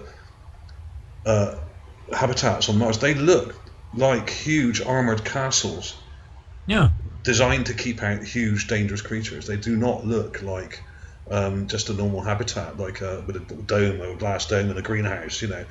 These look like armored, weaponized castles. See, I've seen something like that. I don't know how true that is because I know that the last one I seen was kind of like you were saying, like it had like a dome. And it was like these cute little, modules that people would live in, and it looked like something that was, I don't know if you want to use the term aerodynamic too. They're more rounded, they're more dome-ish, because if it's, I'm sure it does have weather there, whether they want to say it or they don't. But you got the dirt devils, if it comes through, it'd be something that could be, anchored to the ground or augered to the ground, so on and so forth. So, yeah, I mean, I'm thinking, if they're going to have these, but then I seen something like you're talking about, I'm going, yeah, what the hell would you need something that looks like you said, like it's trying to keep something out, and I'm going, I'm confused. I mean, let me guess, there's deadly rocks on there, on Mars? I mean, I don't understand. I mean, I know, we know, come on, there's animals there. There's I wouldn't even be surprised if they actually are, because you hear stories about how we're already there and we actually have a relationship with the people, the inhabitants of Mars, and so on and so forth. How true that is? Don't know. Well, yeah, I was looking into that the other day. The guy, Captain K, I think he calls himself, he claims to have been on Mars for 17 years. Yep. But what I did find interesting about what he said, he talked a lot of crap about military operations against aliens and stuff. And he's saying there's two types of aliens on Mars. One's a sort of reptilian type, and the other's a sort of insectoid type. Now, whether that's true or not, I have no idea. A lot of this may be complete misinformation or disinformation. But he did sort of anecdotally say that there were small creatures there, like lizards and small reptiles and rodents living on the surface. And he said desert animals, like you would expect to see down here, small desert animals. So I would expect to see things like lizards and snakes and gophers and little rats and that kind of thing. And in some images I have found them. And the sidewinder snake that that I think Will spotted in one of the really early opportunity images from years ago that turned up and just kind of skipped across in front of the rover. And I have found similar looking things near the Curiosity Rover as well. And one guy even sent me a picture from the rock nest image of what looks like a white snake, completely albino snake. Yep. Pure white. But the thing is, he didn't show me exactly where it was, and I looked for it and I couldn't find it. It was a huge image to search, massive image. I'm sure I'll find it, but this is a little bit too far away. But it looks about 1 or 2 foot long, and it's pure white. This snake. And the other snakes I found, there's a shiny snake I found which looks like a sidewinder and is actually skipping across the ground, but it's from a very poor quality image. It looks like a snake, and it's very shiny. You can see his eye, you can see its shiny iridescent scales on it. It's quite smooth. Yeah. Just like a sidewinder down here, you know. Well, anything that's got to do with something. Anytime I see something that's like white, like a highly contrasted or anything like that, I automatically try to burn that thing. Yeah. And because usually, and I found this out, at least in satellite pictures, you can do this too. Now, there's many ways to do these pictures, but what I did was, you'll see like this area, let's say it's just a rectangular area, and it's like highly contrasted. You can tell it's been contrasted purposely. And you literally go through it, and all of a sudden, there's 4 or 5 different things all in that one line. It's got independent structures as opposed to one big large thing. And you just go, whoa. So that's why I tell people you got to look into these things, because what you'll find is things you never thought in a million years you'd find. And a lot of people are seeing the manipulations that's laid over the picture, and they're calling them things. Yeah. And I'm saying, no, you don't understand. You want to look for, if you see like a black and white photo, and you see a lot of this darkish brown, when I call it brown, I should call it gray, because if it's black and white. But if you see like more of a darker gray, what you want to do is try to get through that, but look for the white specks that are sticking out. That's the actual anomaly, not the brown shit or the dark stuff. Just cut through it, and you'll find usually those little white bits are one big giant bit. And you know, there's so many ways I've found that these guys have been doing this that I'm going, wow, it's like I can just look at a picture, I know exactly what tools to use. Yeah. I don't even have to question anymore. I don't just go, okay. Just go ahead and take that out, do this. It would take me super long. Now, I just did that one about Charon, depending on how you want to pronounce it, Pluto's moon. And like I said, I started going through that one, just doing a couple little enhancements, and then I knew exactly what to do. I'm going, wow, check this shit out. Wow, this is insane. And I never thought in a million years I'd see the stuff I seen on this moon. But you were spot on when you said about the compression, and I found that funky too, because I had the picture on my desktop, and I'm going, why are they running this way? Yeah. Compression marks. They usually run this way or this way. Yeah. I mean, depending on the line you're looking at, it's either it's either horizontal or what do you call it? Vertical. Yeah, it's either vertical or horizontal. So I'm going, why is it like that? Unless they've rotated the picture, which is a possibility. Now, when I enhanced it, I left it the same way you'd get it off the site. And what I do is I enhance this whole thing. I go, there's just no way these are compression marks.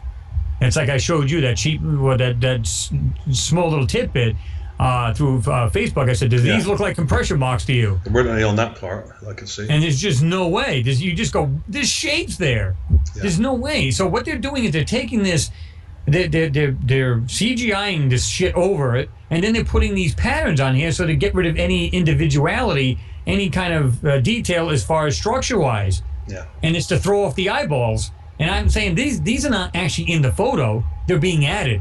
Yeah, it looks like that's the impression I got when I looked at it. I could be totally wrong. I'm not a professional, but that's what I've got when I looked at it. They are definitely obfuscating these images of Pluto and Charon, and we're not getting the full-size images. And I really hope we get some really good close-ups soon. Yeah. I mean, that video you just did of the close-up was, I mean, what's that? 1 megabyte image? That one? Yeah, it was like 1.2, 1.5, something. They should be much bigger than this. They should be much bigger. Yeah, I mean, that's what I'm saying. It's like they're like taking the picture and like taking half the information out, or they're just CGIing over, and they're just making it a lot smaller or less, like half the quality. So the second you zoom in, what does it do to it? Yeah. It goes to hell in a handbasket. It just looks like shit. I think the image is, that particular image is 1024 by 1024, so it's just over a 1 meg image, which is not very big at all. No. And funny enough, it's the same size as the rover pictures from Mars. It's the same size. So imagine that. Yeah, that's strange. So we know they must have much better cameras than this, and I think, and it even says on their site that they're withholding the full images to be released at a later date, but it doesn't say when. I've got this on the links are on my recent video. There's a whole bunch of links there. You can link to the page, and it even says there that they're withholding the full images, and they're using the excuse that it's data transfer. Well, if you can transmit a whole bunch of small images, sure, we could transmit a couple of larger ones. Mm-hmm. It's no different, is it, really? So, well, the technology you got today, this is what people don't understand either. If you take if you're into radio, you know what I'm talking about. If you took a simple Citizens Band CB and you drove it into took the vehicle, drove it into a parking garage that's underground, there's a good chance you're not going to get out very far with that. Now, if you use a UHF radio, you'll go through that concrete a whole lot easier. Although it's still limited, it still can go through it better. Now, they transmit on the X band. So they're not stupid. They know what frequencies travel better or best through a void, through no atmosphere. I mean, they can do this. They can actually simulate that here on Earth and tell what frequencies travel better through that particular area. Exactly. Or space or void or whatever. They're not dumb people. So these people are taking these things and go, okay. They're putting in, even though they may be telling you this is what the processor is on there, this is what the data rate is, they could be fudging these numbers, and you're going, because here's the thing, if I look at it and I go, okay, the data rate's only this, Jesus, that's really slow. And look at the camera on it, it's only like a 1.2 or 1.6 meg. Yeah. Oh my God. So you don't expect much from it, and that's what they want you to think. Exactly. But it's clear to me that these images have been resized down from a much larger image. It's absolutely obvious. Because it's exactly the same techniques that they use with the Mars images. Exactly the same. Yeah. So it's nothing. It's just a different subject. It's a different planet. But they are doing the same thing. But the idea of turning the image and having all these blocks and compression lines going diagonally is a new one on me. I haven't seen that. Neither have I until I seen that. And then when I watched your video, I go, son of a bitch, it's the same thing I've seen. Yeah. And I'm looking, I'm going, now, is it possible, like I said, did they rotate the image? Yeah. So now you'd have your vertical and horizontal. Yeah, these are layered images, and they're rotating at least one of them to 45. Oh, absolutely. Yeah. They're literally, I think they had them both. And they just had it overlaid over the actual photo underneath. Yeah. And again, they're trying to take the individuality out of what's actually sitting there. Yeah. And like I said, that's the best way I can put it, because I'm not a professional. But I'm saying to myself, there's no way these are actual artifacts. I wholeheartedly believe those are actually put there purposely. Yeah. And over the actual CGI, the junk they're throwing over this, there's just no way. And, after I pulled out the shit, and I didn't even have to pull it out. I actually say in the beginning, guys, I'm not even going to do a thing to this photo. Check this out. Exactly. And you can see it on the main image of Pluto with the one with the nice heart shape on it, which has been all over the press the last couple of days. I think it was published on the 14th, this one. You can see, you don't have to enhance it at all, and you can see these structures.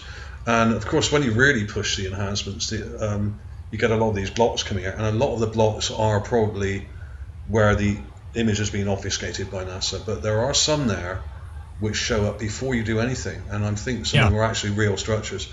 But this is probably precisely why they're doing it, is to confuse the eye and throw us off. It's exactly what they're doing. It's just one of their. It's just one of their techniques that they like to do.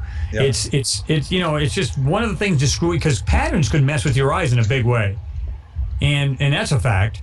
So if they put a bunch of these patterns in there, you're just gonna go, yeah, man, it looks like artifacts. It looks like compression artifacts, and you just go whatever. Yeah. And you move on. That's what they're hoping you think. But we can find the way through these things, and they do miss stuff as well. So, and I'm sure in the images coming up soon of Pluto and Charon, we're going to get some much bigger, larger format images. It may be a while; it could be months before we get the full size ones, if we ever get them. But we should get some larger ones and some more close-up detail. So I'm sure we're going to find some stuff. I'm absolutely sure. And having seen your most recent video, I mean that's the coolest thing I've seen so far. I mean that bridge kind of thing that goes, it looks like a city and multiple structures all layered, but a huge, great big like road bridge or something going around. I mean that's just insane. Well, I mean, I don't even know what to make of it. I mean, the only conclusion I can come up to is they have structures. I mean, it's 50-mile area.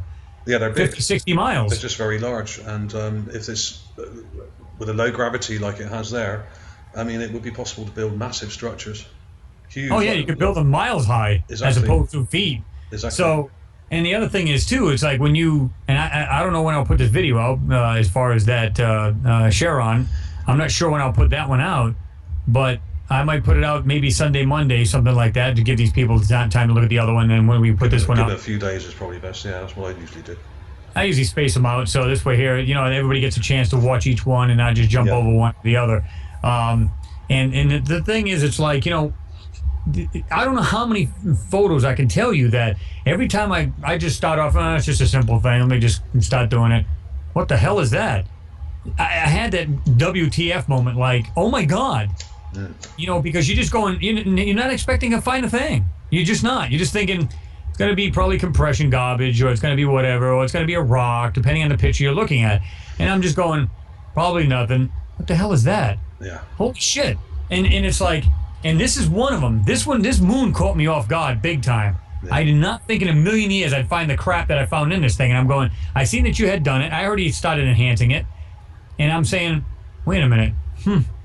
Let me really get into this thing. It's like digging. After I did, I was like, "Whoa!" It's like digging for treasure. You never quite know what you're going to find, until you actually do it. And often, I've got lots of material where I've looked for stuff, and I know there's something there, but it's not really clear enough. So I haven't even published it.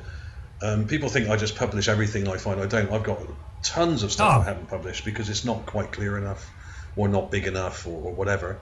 But you do get an eye for this after a couple of years doing this stuff, 2 or 3 years. Oh, absolutely. And you know what to look for and where to go. If you see something, you think, well, that doesn't look quite right. And you can usually tell where they fudged it or smudged it or whatever. And you get a feel for it after a while. And that's it. And that's what I love. It's a highly addictive thing to do because you never know quite what you're going to find.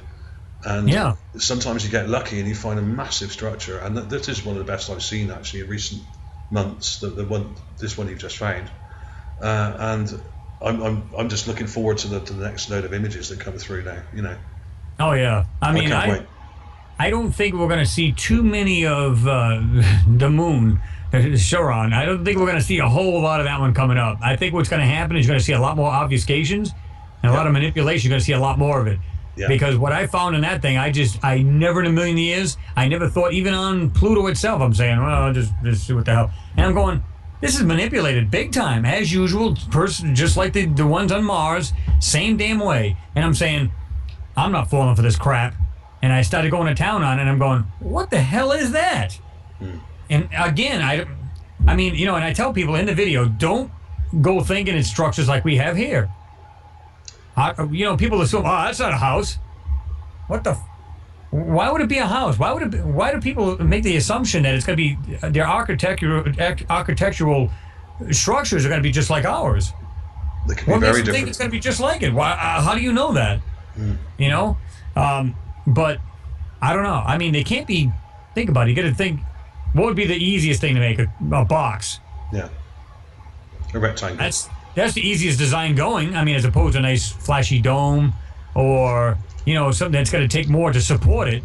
Yeah. And so I'm thinking, I mean, I was just like, what the hell is that? And you can see like a bunch of little things all over inside the middle of this complex, I'm going to call it. There's a bunch of little things in it. Yeah. And I'm just going, I don't know what it is, but it's there. Yeah. It looks like a city complex of some sort or some kind of huge a whole bunch of structures, all kind of layered, you know. In one area. Yeah, all layers, all different layers there. And it's like I explained in this other video I did about Pluto's moon. I'm saying, you know, there's a lot of these what look like maybe structures, but I go understand where X amount of thousands of miles away. I think it was like 496, was it? On that photo, that particular photo, for the moon, and I backed and I'm saying, okay, it's way out. And and I told people this. I said, keep in mind, just like I've said long ago, you might see this what looks like that. You go, wow, that has to be a huge structure because it's got a scale. And you go, man, that's got to be huge. No. It could be 10 to 20 structures in that one little area. Yeah.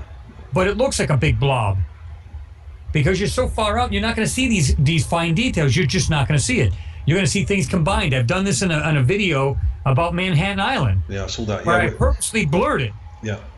And all of a sudden, what looked like 5-10 structures turned into one big one that looked like an L shape. Exactly. They'd start to blend together. Yeah, they all start to come together until you get closer and closer and closer, and then all of a sudden, it's like this microphone. It looks, when you look at it, you can see all the little fine bits in it, but the second you go out like this... It's just one big thing, yeah, exactly. It looks like a total piece of gray as opposed to multiple, layers of steel. So, it's insane. I mean, some of the things I've seen in these photos lately, and I'm just going, whoa, crap. But we're actually going on 3 hours. Yeah, so I was just thinking that it's getting quite late here. It's been awesome. Yes, it is. It's been awesome talking to you, Chris. Yeah. Great stuff. And I'm really looking forward to, like I said, some more Pluto images and more images of Charon and everything else. I'm sure we're going to find some stuff. Absolutely sure of it. Well, what we'll do is just hang on for a minute or two more. We'll just go ahead and we'll just end the recording itself, and then we'll just go from there. I'll talk to you for a couple minutes. But anyway, definitely good talking to you. We're definitely either going to get you on we're going to try to get you on a broadcast, or that'd be great. Yeah. We'll do some more updates as far as like more news that we're doing, so on and so forth, and we'll have you on again one way or the other. Yeah, one way or the other. I will join you. I will be going on holiday in about a week and a half time to Spain for about 10 days. So if you're going to do a broadcast, I might be able to join you after that or before that or something. But yeah, I'll definitely try and make the next broadcast. That'd be cool. All right, definitely. Awesome stuff. All right, man. Appreciate you getting on there. I know it's late for you. It's probably going on about 5 in the morning for you. So it's almost 5 now, yeah. Yeah, so it's pretty late. So I appreciate you getting on there with me, and we'll do it again soon. Yeah, awesome stuff. Nice one, Chris. Cheers. All right. Bye-bye. Cheers.